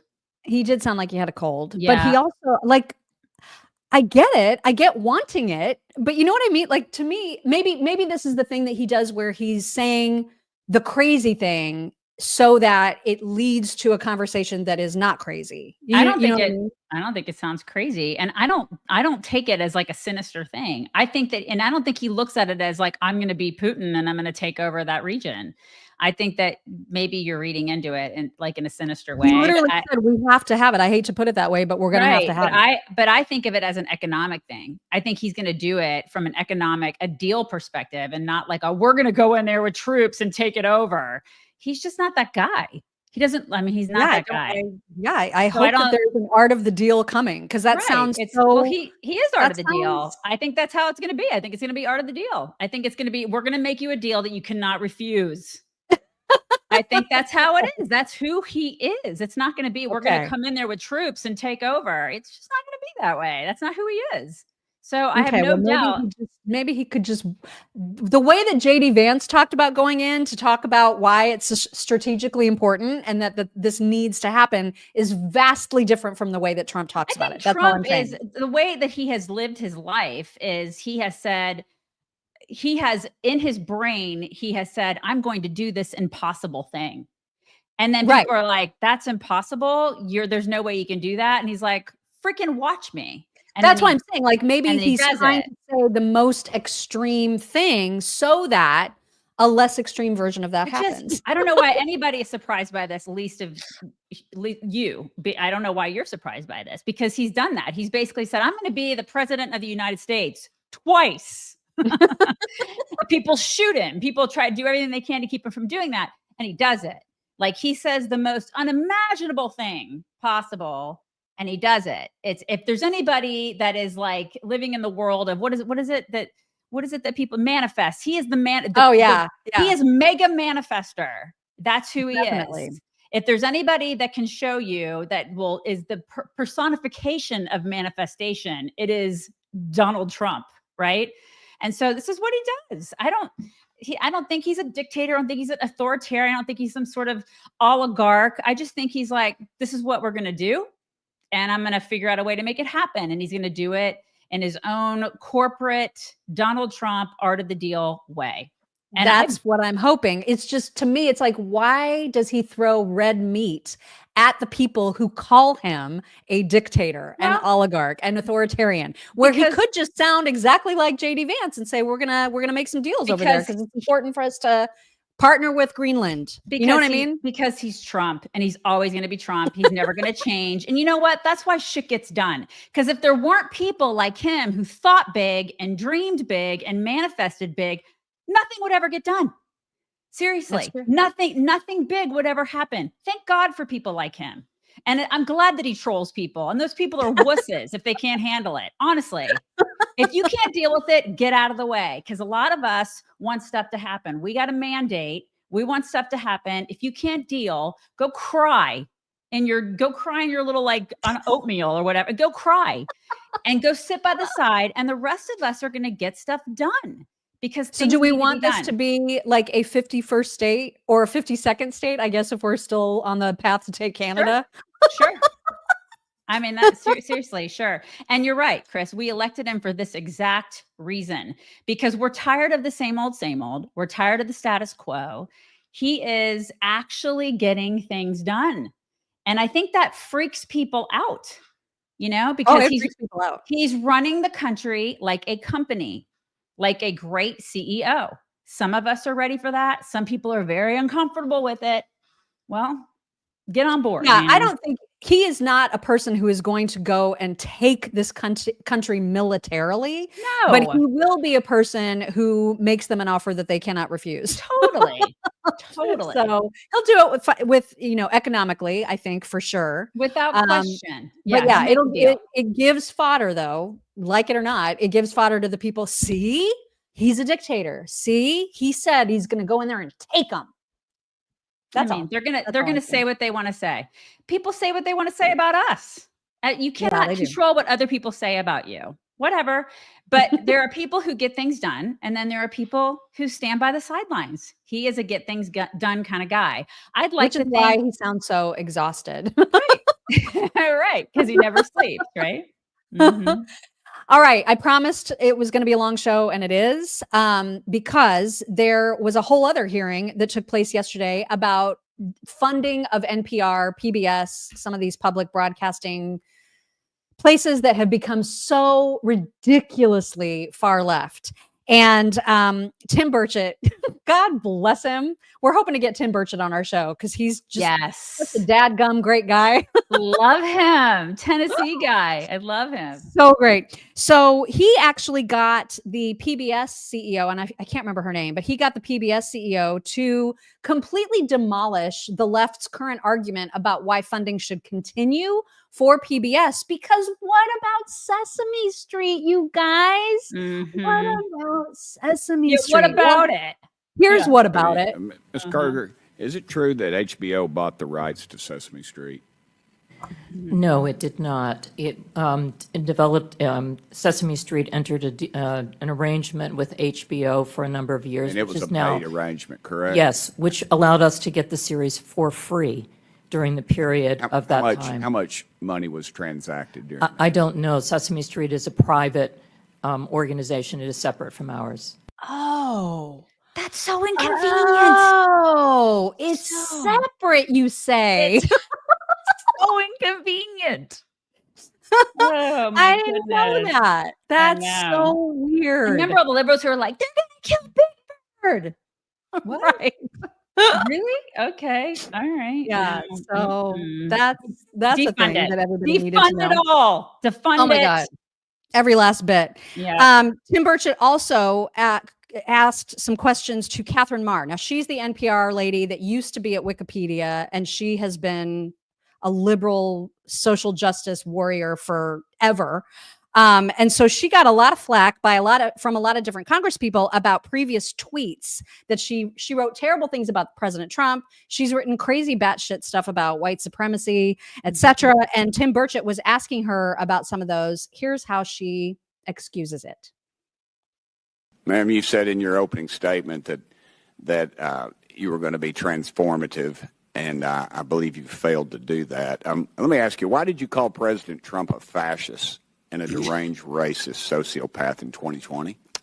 Congressman, I appreciate the opportunity to address this. I regret those tweets. I would not tweet them again today. They represented a time where I was reflecting on something that I believe that the president had said rather than who he is. I don't presume that anyone is a racist.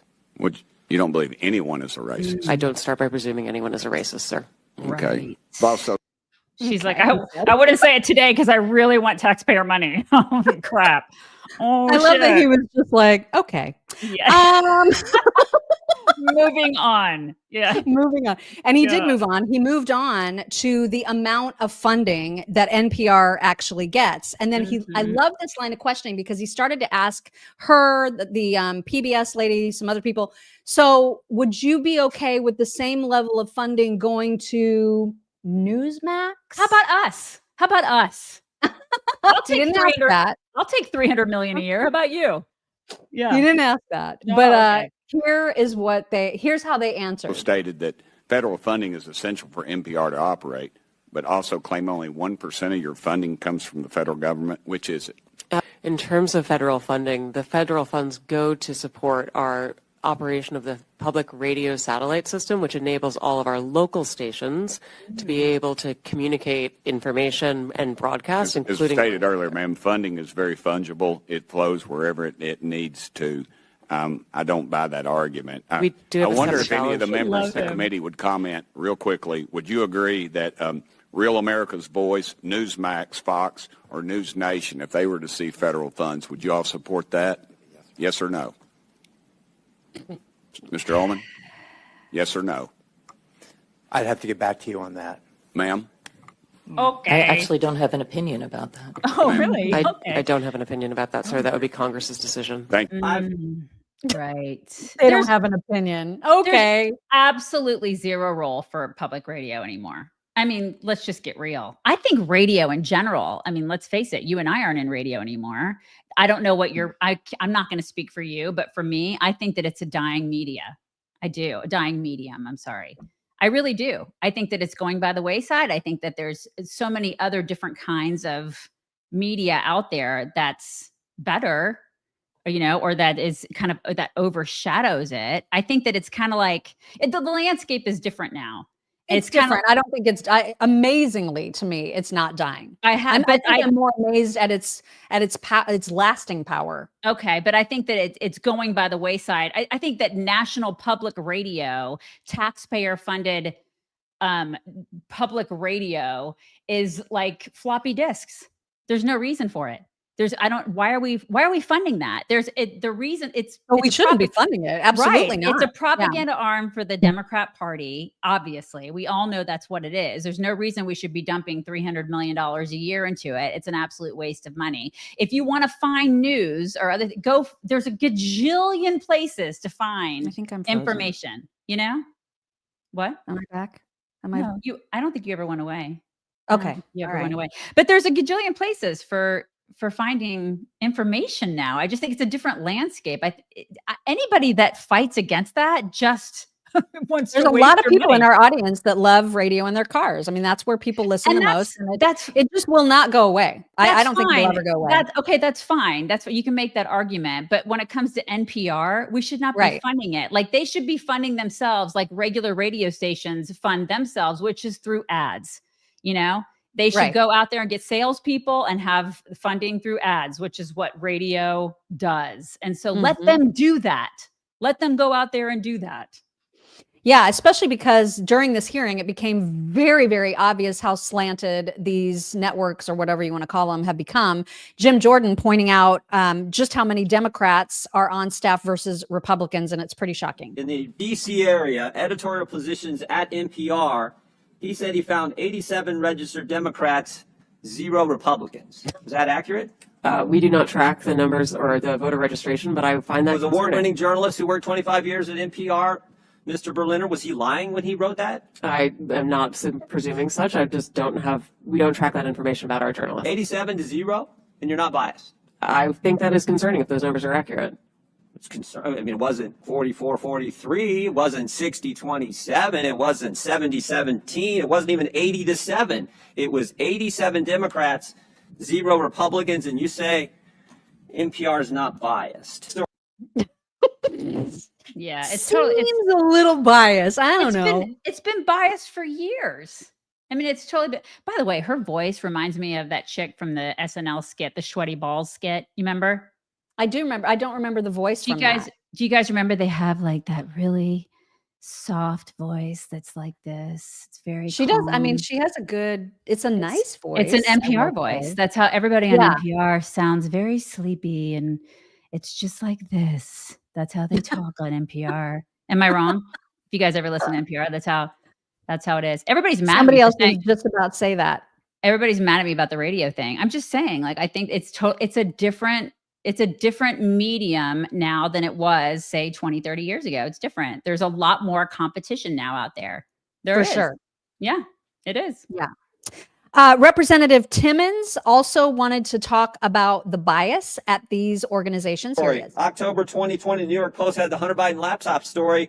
Oh, I forgot. And one of those editors, I guess one of those 87 Democrat editors, said this: we don't want to waste our time on stories that are not really stories. We don't want to waste the listeners and readers' times on stories that are just pure distractions. Was that a pure distraction story? Our current editorial leadership believes that was a mistake. As do I. Let's talk about the newsroom. You have 87 registered Democrats, not a single Republican in your editor boards. I mean, how does that work to give us the perception that you're doing your job of actually delivering unbiased information? Well, I would agree with you that number is a concern if it is accurate. I do believe that we need to have journalists who represent the full breadth of the American society so that we can report well for all Americans. Well, okay, so then fire them all. Are you going to do that today? You're going to fire them all? I know. It's like too little, too late, lady. You've known about this for years. You think that Donald Trump is a fascist, and she's just literally trying to save her ass so she can get more money. These people are so disingenuous. Just shut up. Defund it. Yeah, we don't need to be paying for this. We don't need to be paying for it. Let them do what every other radio station does, and that's hustle. People don't make any money in radio. They don't. We did it. It's like it's a hard. That's okay. Some people do, but my point is, it's a tough gig. It's not like you go into it because you're like, oh my God, I make tons and tons of. You do it because it's fun. and you have to hustle. And that's what those people should be doing. If they want to actually continue to broadcast, do what every other radio station in this country does. And that is sell ads. Sell ads. Earn it. Don't rely on the American taxpayer to pay your salaries, your overblown salaries. I mean, it's ridiculous to me. We should not be doing this. There should be no public radio. Absolutely not. Defund it. The very best part of that hearing was Brandon Gill. Brandon Gill had a back and forth with her about her tweet history that was so delicious. And he's so cute. You know what I mean? He's so he's adorable. Texans claim him. That's one Texan you should claim. You've got a lot that you shouldn't, but he's a good one. He's a keeper. We got to keep him. So he goes after her about her tweets. She tries to here's the thing about her. She's one of those people, and I looked at her Twitter account. She's one of those people that really desperately needs approval from the rest of the social justice ecosphere, right? And so she'll go so far as to just make up stuff that she's reading. She wants to appear really, really well read about social justice issues, but then she gets caught by the likes of Brandon Gill. That America is addicted to white supremacy? I believe that I tweeted that, and as I've said earlier, I believe much of my thinking has evolved over the last half decade. It has evolved. Why did you tweet that? I don't recall the exact context, sir, so I wouldn't be able to say. Okay. Do you believe that America believes in black plunder and white democracy? I don't believe that, sir. You tweeted that in reference to a book you were reading at the time, apparently, The Case for Reparations. I don't think I've ever read that book, sir. You tweeted about it. Oh, my God. Oh, my God. You said you took a day off to fully read The Case for Reparations. You A put whole that on day. Twitter in January of 2020. Apologies, I don't recall that I did. Wow. I'd no doubt that your tweet there is correct, but I don't recall that. Okay. Wow. Do you believe that white people inherently feel superior to other races? I do not. You don't? You tweeted something to that effect. You said, I grew up feeling superior. Ha, how white of me. Why did you tweet that? I think I was probably reflecting on what it was to grow up in an environment where I had lots of advantages. It sounds like you're saying that white people feel superior. I don't believe that anybody feels that way, sir. I was just reflecting on my own experiences. Do you think that white people should pay reparations? I have never said that, sir. Yes, you did. You said it in January of 2020. You tweeted, yes, the North, him. yes, all of us, yes, America, yes, our original collective sin and unpaid debt, yes, reparations, yes, on this day. I don't believe that was a reference to fiscal reparations, sir. What kind of reparations was it a reference to? I think it was just a reference to the idea that we all owe much to the people who came before us. That's a bizarre way to frame what you tweeted. Okay, how much reparations have you personally paid? Right. Sir, I don't believe that I've ever paid reparations. With the money we give just you. for everybody else. I'm not asking anyone Seems to to pay be what you're reparations, sir. suggesting. Right. Do you believe that looting is morally wrong? I believe that looting is illegal, and I refer to it as counterproductive. I think it should be prosecuted. Do you believe it's morally wrong, though? Of course. Of course. Then why did you refer to it as counterproductive? It's a very different way to describe it. It is both morally wrong and counterproductive, as well as being You illegal. tweeted, it's hard to be mad about protests in reference to the BLM protests, not prioritizing the private property of a system of oppression. You didn't condemn the looting. You said that it was counterproductive. NPR also promoted a book called In Defense of Looting. Do you think that that's an appropriate use of taxpayer dollars? I'm unfamiliar with that book, sir, and I don't believe that was at my time You at tweeted NPR. that you read that book, but I don't believe that I did read that. So she takes a whole day off from her taxpayer-funded job to read a book on reparations and how guilty she is to be white. And she's like, I don't remember doing that. Then what'd you do on your day off, biatch? What'd you do? Did you go to the spa? What'd you do? She virtue signaled. That's all she ever does. Okay. Glad we paid her to do that. Glad that we paid her. So much fun to watch. God, I love that. I cannot stand this woman. I can't. Well, then you can add her to the list right alongside Jasmine Crockett because she just gets better and better, you guys. So we talked about her obviously at length yesterday, the whole governor Hot Wheels debacle. Hillary Vaughn, who is the reporter that is married to Peter Doocy. It's not Jackie Heinrich.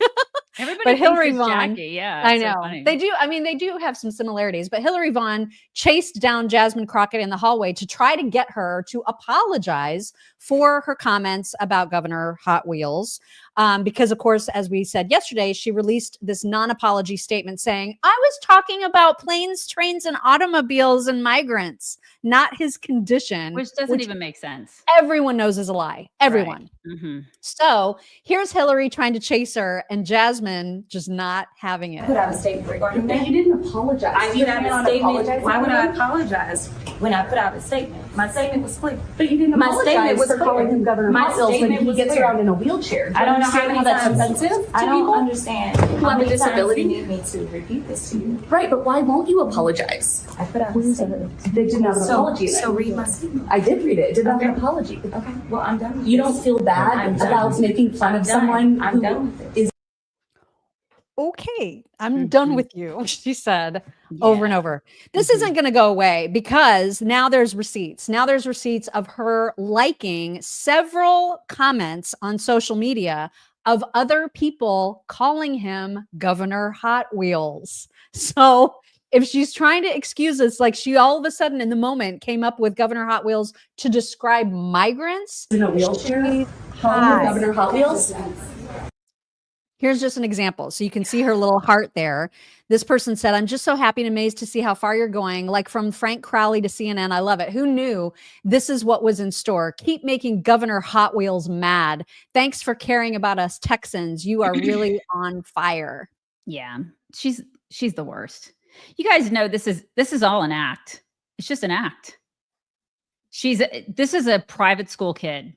She grew up with affluence. She grew up going to a private school. She went to a private school in St. Louis. Tuition's like one of the most expensive ones around. Yeah, $15,000 a year. I mean, it's like she grew up affluent, right? So I look at this. She has a law degree from University of Houston. The thing that I used to think she was the same as AOC. They're complete opposites, but kind of in the same camp. I think that Crockett is actually smart. I think she's smart, but she acts stupid and ghetto. AOC acts smart, but she's really stupid.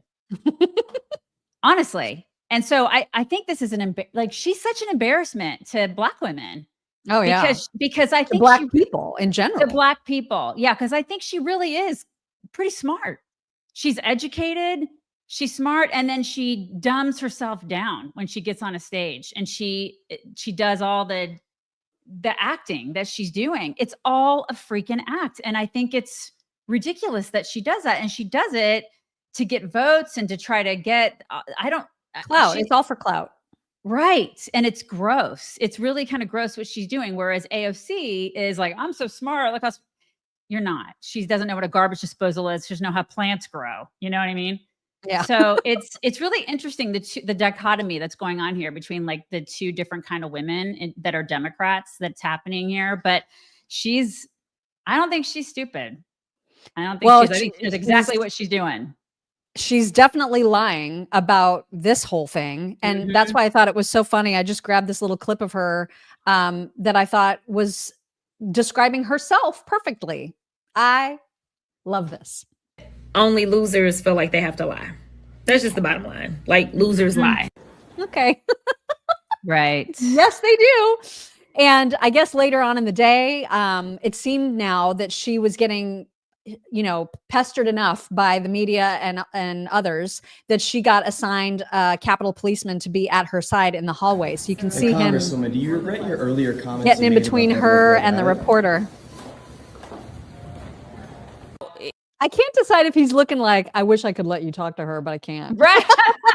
I really don't want to have to defend this biatch. Yeah.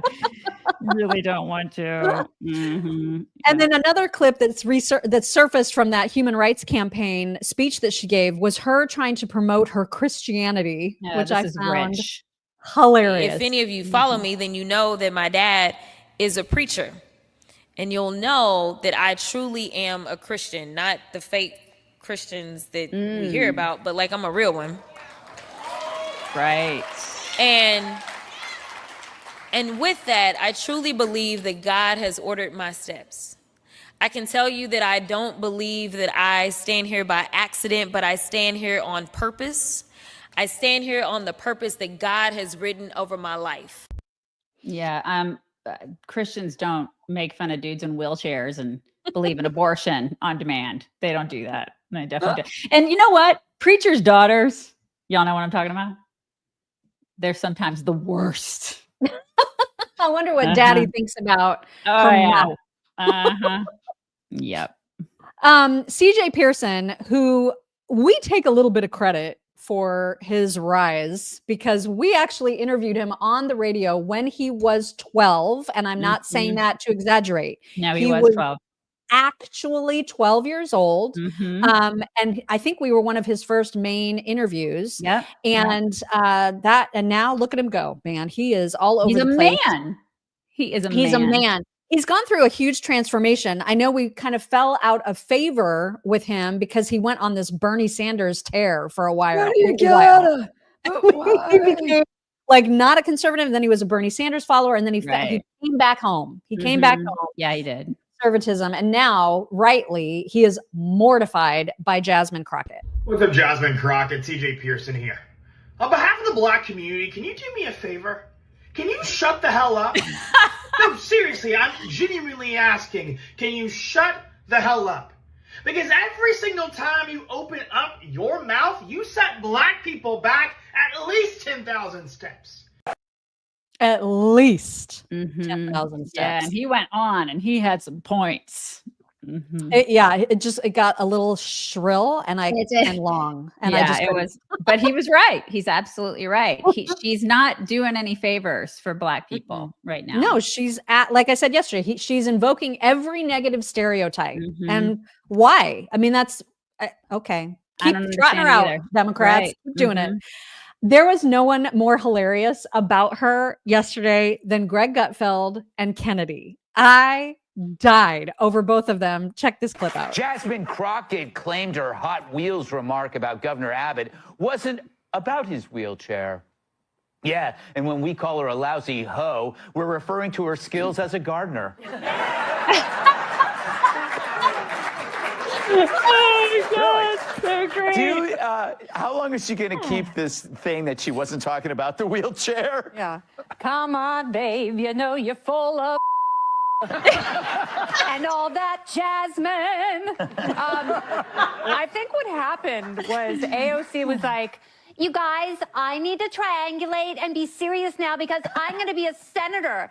So someone has to be a talking attention whore. Who's it going to be? And Jasmine raised her hand and goes, excuse me, Congresswoman Cortez, I speak jive.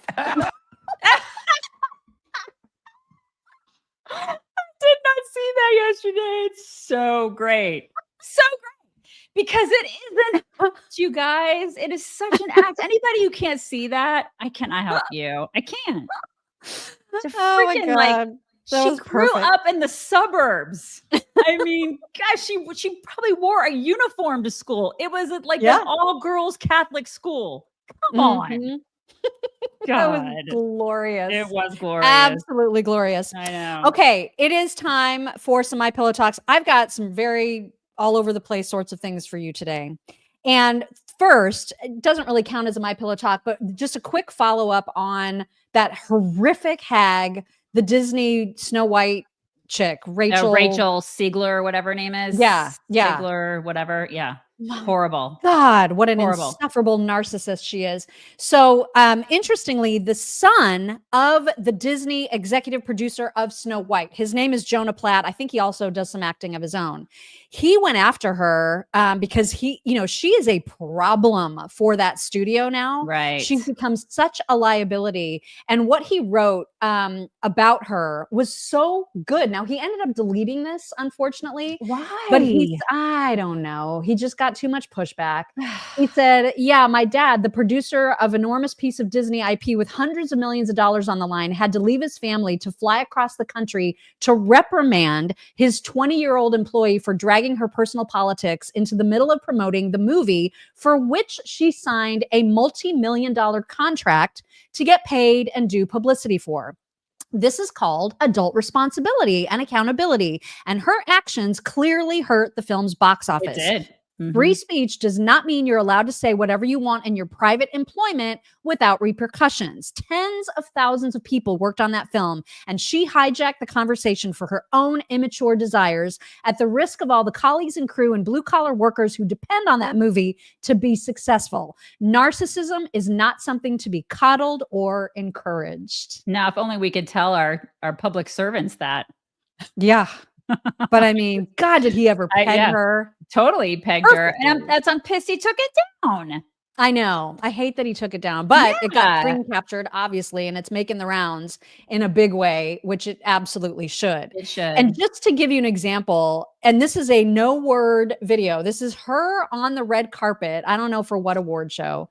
And she's a beautiful girl, and she's hamming it up for the cameras, which they all do on the red carpet. But the practice that she has done to do red carpets just reminded me of how fake and phony and disgusting this entire Hollywood ecosphere is. Yeah. God, you're just going to be nauseated when you watch her preen for the cameras. It is so gross.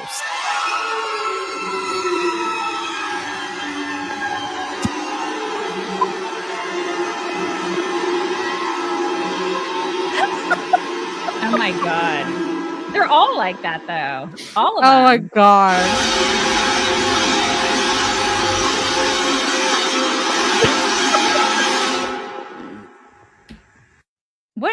It's funny though, that the funniest part of this whole movie is that Gal Gadot is supposed to be the evil, the evil queen or one of the evil queen. And she's supposed to be jealous of this broad.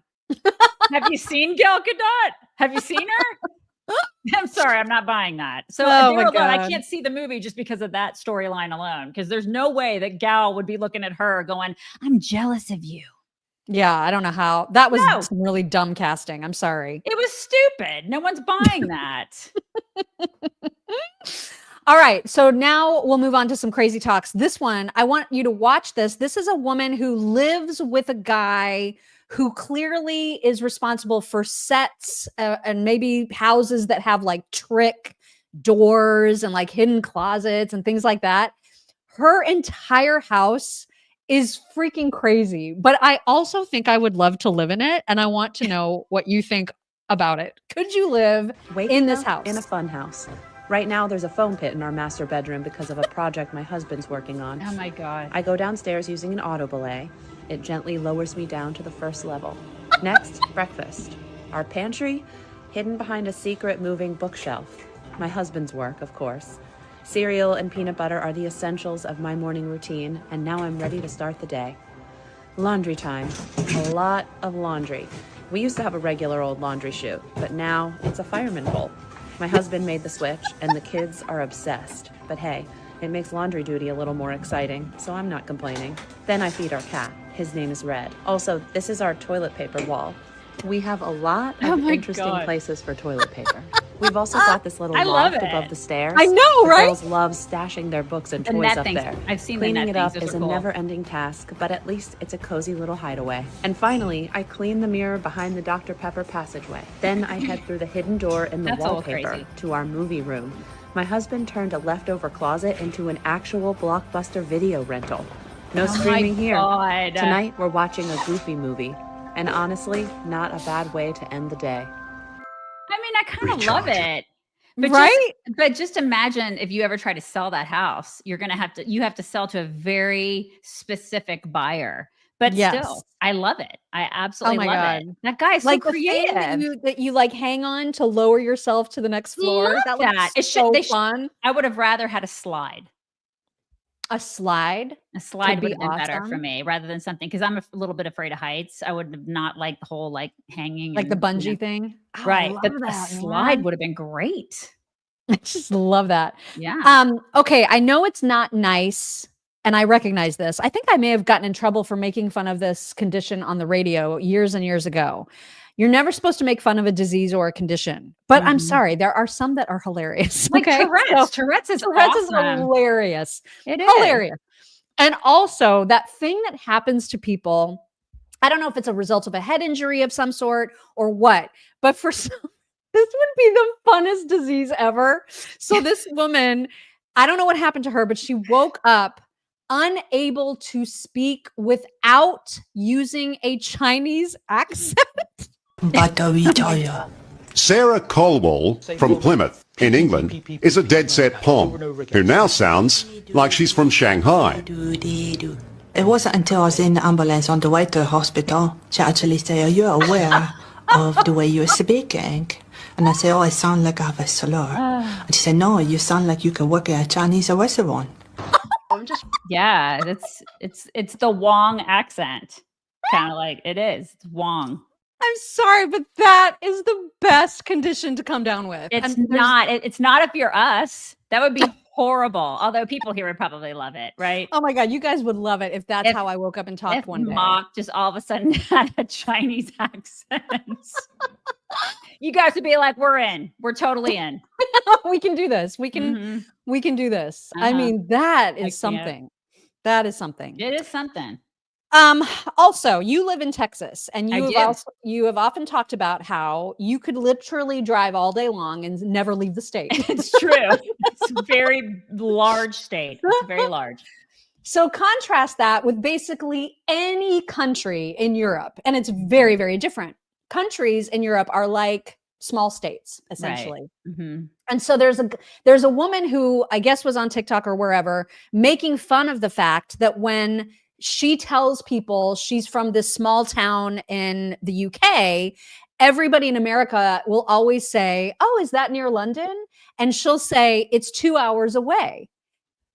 To us, that's near London, right? And so it's just a completely different way of thinking about it. So this guy from the UK wants to defend Americans, but specifically Texans. Called Bournemouth in the United Kingdom. Oh, is that near London? No. I'm about to defend America from a British person as a British person. Yep, it's happening. So in the UK, Bournemouth to London here is 2 hours, 15 minutes. To an American, that is close, mate. You can literally drive in Texas for 11 hours and still be in Texas. True. Texas literally has 2 time zones. So when an American says, "Is that close to London?" and it's 2 hours away, to an American, that is close to London. Now, to us Brits who live on such a small island, the United Kingdom, 2 hours would seem a bit of a distance. In fact, it would seem pretty far away. Now, trust me, and this goes out to any other Brits, right? I have seen America. I have seen the vast amount of driving you have to do, even just to get across one state. 2 hours. 2 hours to an American is light work. It is a commute to an American. It is a commute. I was just going to say that. It is it is a commute to some people. Yeah, daily. Every time people, like, because we live right outside of Waco, and people will be like, "So how far does it take to get you to, how long does it take for you to get to Dallas or Houston or San Antonio?" I'm like, 2 hours, 2 hours, 2 hours, 2 hours, 2.5 hours, give or take. That's what everything is, like 2.5 hours, pretty much, give or take. Everything. I love it's that just so nothing. much. Yeah. You're about, I think I've shown this before, but I have a reason for showing it again. You're about to get booped by the cutest lab nose ever. And the reason that you're going to get booped is because the following video is like a montage of dog destruction.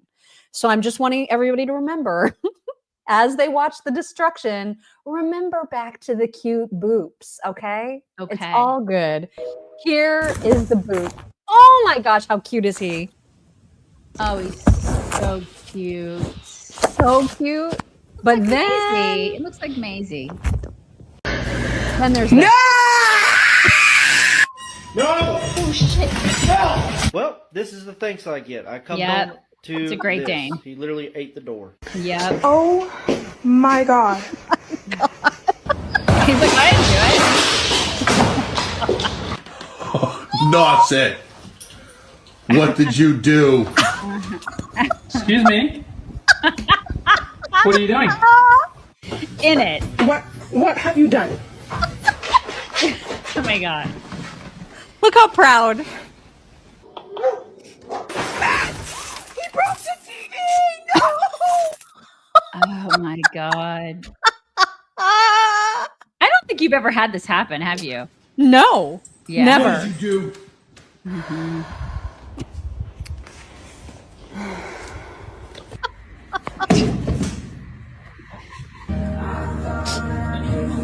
Oh my God. Eating the floor. Look at that. That little tiny thing ate the floor. The floor. Right. Annie's right. Our dogs can destroy our homes and we won't get rid of them. We'll still love them. Oh, yeah. We'll still love them. I had a dog. I had a smooth collie once that ate a wall of my house. Just found a spot on the wall, started and ate the wall. And I was just like, well, I mean, I guess I still love you. We're crazy. We love our dogs, right? We just love them. They're so great. I mean, that's why I had to show you the boop again, because they're just the best, even when they are so destructive. We still don't deserve them. We still do not deserve them. We don't. It's true. All right, some thank yous from yesterday. Remember how confused I was about Curtis Woods's Venmo messages? I could not make heads or tails of them yesterday. Right. And God bless him. He wrote again, sent more Venmos to explain himself. He did. So he said the reference to that poor twin was to the daylight savings time bit that we did with Matt, executive producer Matt. Okay. Remember? Yeah. That's what he was talking. Now, Curtis, if that was a reference to that poor twin, you know we haven't talked about that in like weeks and weeks. There was no way we were going to remember. Right. You have to realize that our brains don't think that way. They don't work like that anymore because of the menopause. That's right. That's right. And he said the counter frame is the 20-second countdown to the beginning of the show. Sorry for the confusion, he said. Thank you, Curtis. It's so sweet of you to do that, to explain and then give us more money. That's very sweet. I know. And he wasn't done. He sent another message saying, my apologies, Mock. I remember seeing your mini stroke happen, but I didn't remember the date it happened. I've been told that I have a very dry sense of humor. It's a good, dry is good. Dry humor is great. Good humor. We love that. Yeah. Thank you, Curtis. Thank you. And then today on Venmo, Adam Knoll said, sorry, I'm behind, but I just watched yesterday's show. Can Jesus please come flip over Trump's spiritual advisor's table and make her go away? That ad was terrible, right? Not a fan. Oh my God, she's awful. Teresa Chacon says P is it's vasopressin, an antidiuretic hormone. Interesting. I work 7 nights in an ER, sleeping during the day. Then I'm off for 7 days, sleeping at night, and I never pee the bed. When I do get to the restroom, I pee like a racehorse. It's so fascinating to me, like how the body knows that. You know what I mean? And what we talk about on the show. These are the things that we talk cover. About pee. We talk about pee.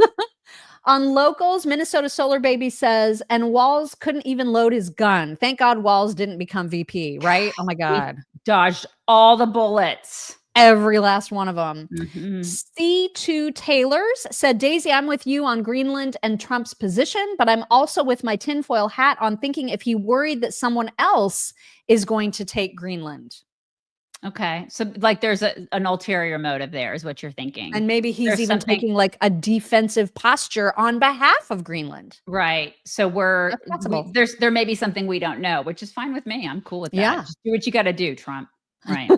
Becca T in South Carolina says NPR needs to go away. It used to be informative, but it's just liberal propaganda now. I agree 110%, Daisy. I listen to Sirius XM. I wonder how many people under 35 can even tell you what NPR is or where to find it to listen. Or how many people under 35 listen to the radio at all? Because I can tell you that like my kids, my millennial kids, they all listen to podcasts and it's just the internet stuff and Sirius XM and stuff like that. So I don't listen. I love radio. We used to do it, but I'm just saying, I think that the new generations are starting to veer towards other media. That's all. That's all I'm saying. Judy Flood said, wanted to put in that I'm not watching Fox today, LOL. However, I am a PK. I'm a PK. And I had a teacher say something similar to me about Preacher's Kids. Oh, Preacher's Kid. Yes. Okay. I asked him how he knew all that information was he won. He got upset. What? I asked him how he knew all that information. Was he won? I don't know. He got upset. I don't exactly understand. I'm sorry. Could be menopause brain. Minnesota Solar Baby says, but would Mock laugh like the Chinese? How did the Chinese laugh? I don't know. I have no idea. Do they have a special laugh? I don't know. Dolly Duck says, regarding the traveling in Texas, some years ago, we had an international exchange student from Germany stay with my daughter. She wanted to go to DC, and I had to break the news to her that it is not exactly a quick weekend excursion. Love y'all. Oh my gosh. Now you. Okay. All right. The photo and the story. I was enjoying the winning in mid-January to March. Right now, Trump administration seems to be running into a wall. I don't want the left back in power. It's not going to happen. It's fine. It's just everybody's got to stay engaged. It's a hiccup. It's just it is, but Scott Pressler sounding the alarm bells because there was a state election that was won in Pennsylvania yesterday by a Democrat in a county that Trump won by 15 points. And there's a special election happening, and I think in Wisconsin, that if we don't win it, they are going to redistrict and we're going to lose 2 House seats. So if you are in one of these states that is having special elections, you better get out and vote. Yeah, well, we definitely need to stay engaged. I mean, there's no question about that. But I think that from an administration standpoint, I think that was just a hiccup. Nobody's perfect. Anyways, Andrea Viola, it's about getting Trump's cabinet to resign. Yes, I totally agree. Mm-hmm. They want everybody to resign. I'm not even leaving. That's what they're saying. The Great Gatsby. So upset about the leak. Now the Houthi know that we use jets in our airstrikes and we have big bombs. I think they probably knew that. They probably did. Yeah. Curio 23. Women are attracted to Tate, only see dollar signs, then don't like his level of kink. Thinking I can change him. Yeah, there's probably a lot of women. That might be, yeah. The dollar signs and, I can make him better. Yeah. I'm different. He'll be different with me. No, he won't be. No, he won't. He is who he is, and he's disgusting. Right. BTK, women and the bad guy, to change them, get punched out. Exactly. I don't understand it. I know you guys. It's disgusting. He is a piece of garbage. He is total garbage. Evitar Ashkenazi, congratulations to Andrew Tate for finishing with flying colors basic romantic relationship course by the Taliban. WTF is wrong with this clown? There's a lot. Yeah. Yeah. He is Islamic, right? Yes, he is a Muslim. Okay. Well, I'm just going to leave it there and move on. Don Quixote. In Venmo, if an account is public, you can see every transaction it makes and with whom, not the amount, but the names, dates, and memo lines. Yeah, that's one thing I don't really like either. It's really weird.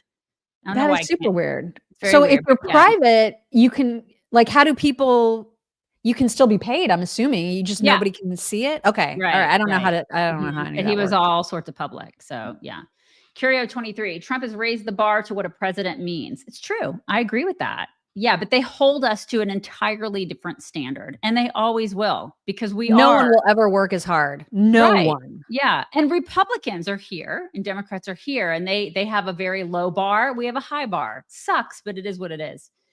Arnerm, AOC is the politician I would vote most likely to introduce the Brando for Plants bill. She is as smart as a box of hair. Jasmine Crockett is the box of hair. Now take my money. I still think that Jasmine Crockett is way smarter than her. She's just acting stupid, you guys. She's got a plan, and it's working on a lot of stupid people. She takes advantage of stupid people. Giles Chester, I love you ladies for your honesty. Thank you. Thank you. Brian Brumley, Barbara Billingsley spoke jive in Airplane better than Jazzy. Such a great joke by Kennedy. Such a great movie. Also, just really quickly, can I just say that I got a coin and a Christmas ornament from Beverly LaFleur, and I just so appreciate that, Beverly. Thank you very much. Ornament again. Let me see. Can I see it? Okay. Yeah, it's a South Carolina one. I love it. Is it? Oh, that's so lovely. Yeah. You're going to have to really decorate this year. You didn't decorate. I know. Oh, I will. Yeah. I know. I had 2 days of Christmas last year. I know. And this year, it was a struggle. It's going to be on. She's going to have 2 trees. I'm going to make her have 2 trees, you guys. I think I will. I may have 3 because, of course, I have the chicks tree. So I always already have 2. But I might have 3. Oh my God. She's becoming Daisy. It's crazy, you guys. I just won't decorate, though, until at least December. Oh, I'm decorating November 1st. I cannot wait. I'm counting the days. How many months do I have until Christmas, you guys? How many months? You guys have a great Thursday, and we will talk to you tomorrow. Bye, everybody. Hello, beautiful people. This is the Chicks on the Right's Indian correspondent. Thank you for watching or listening. Be very sure to like, subscribe, and ring the bell to stay up to date on all of their delicious content. Okay, thank you. Come again.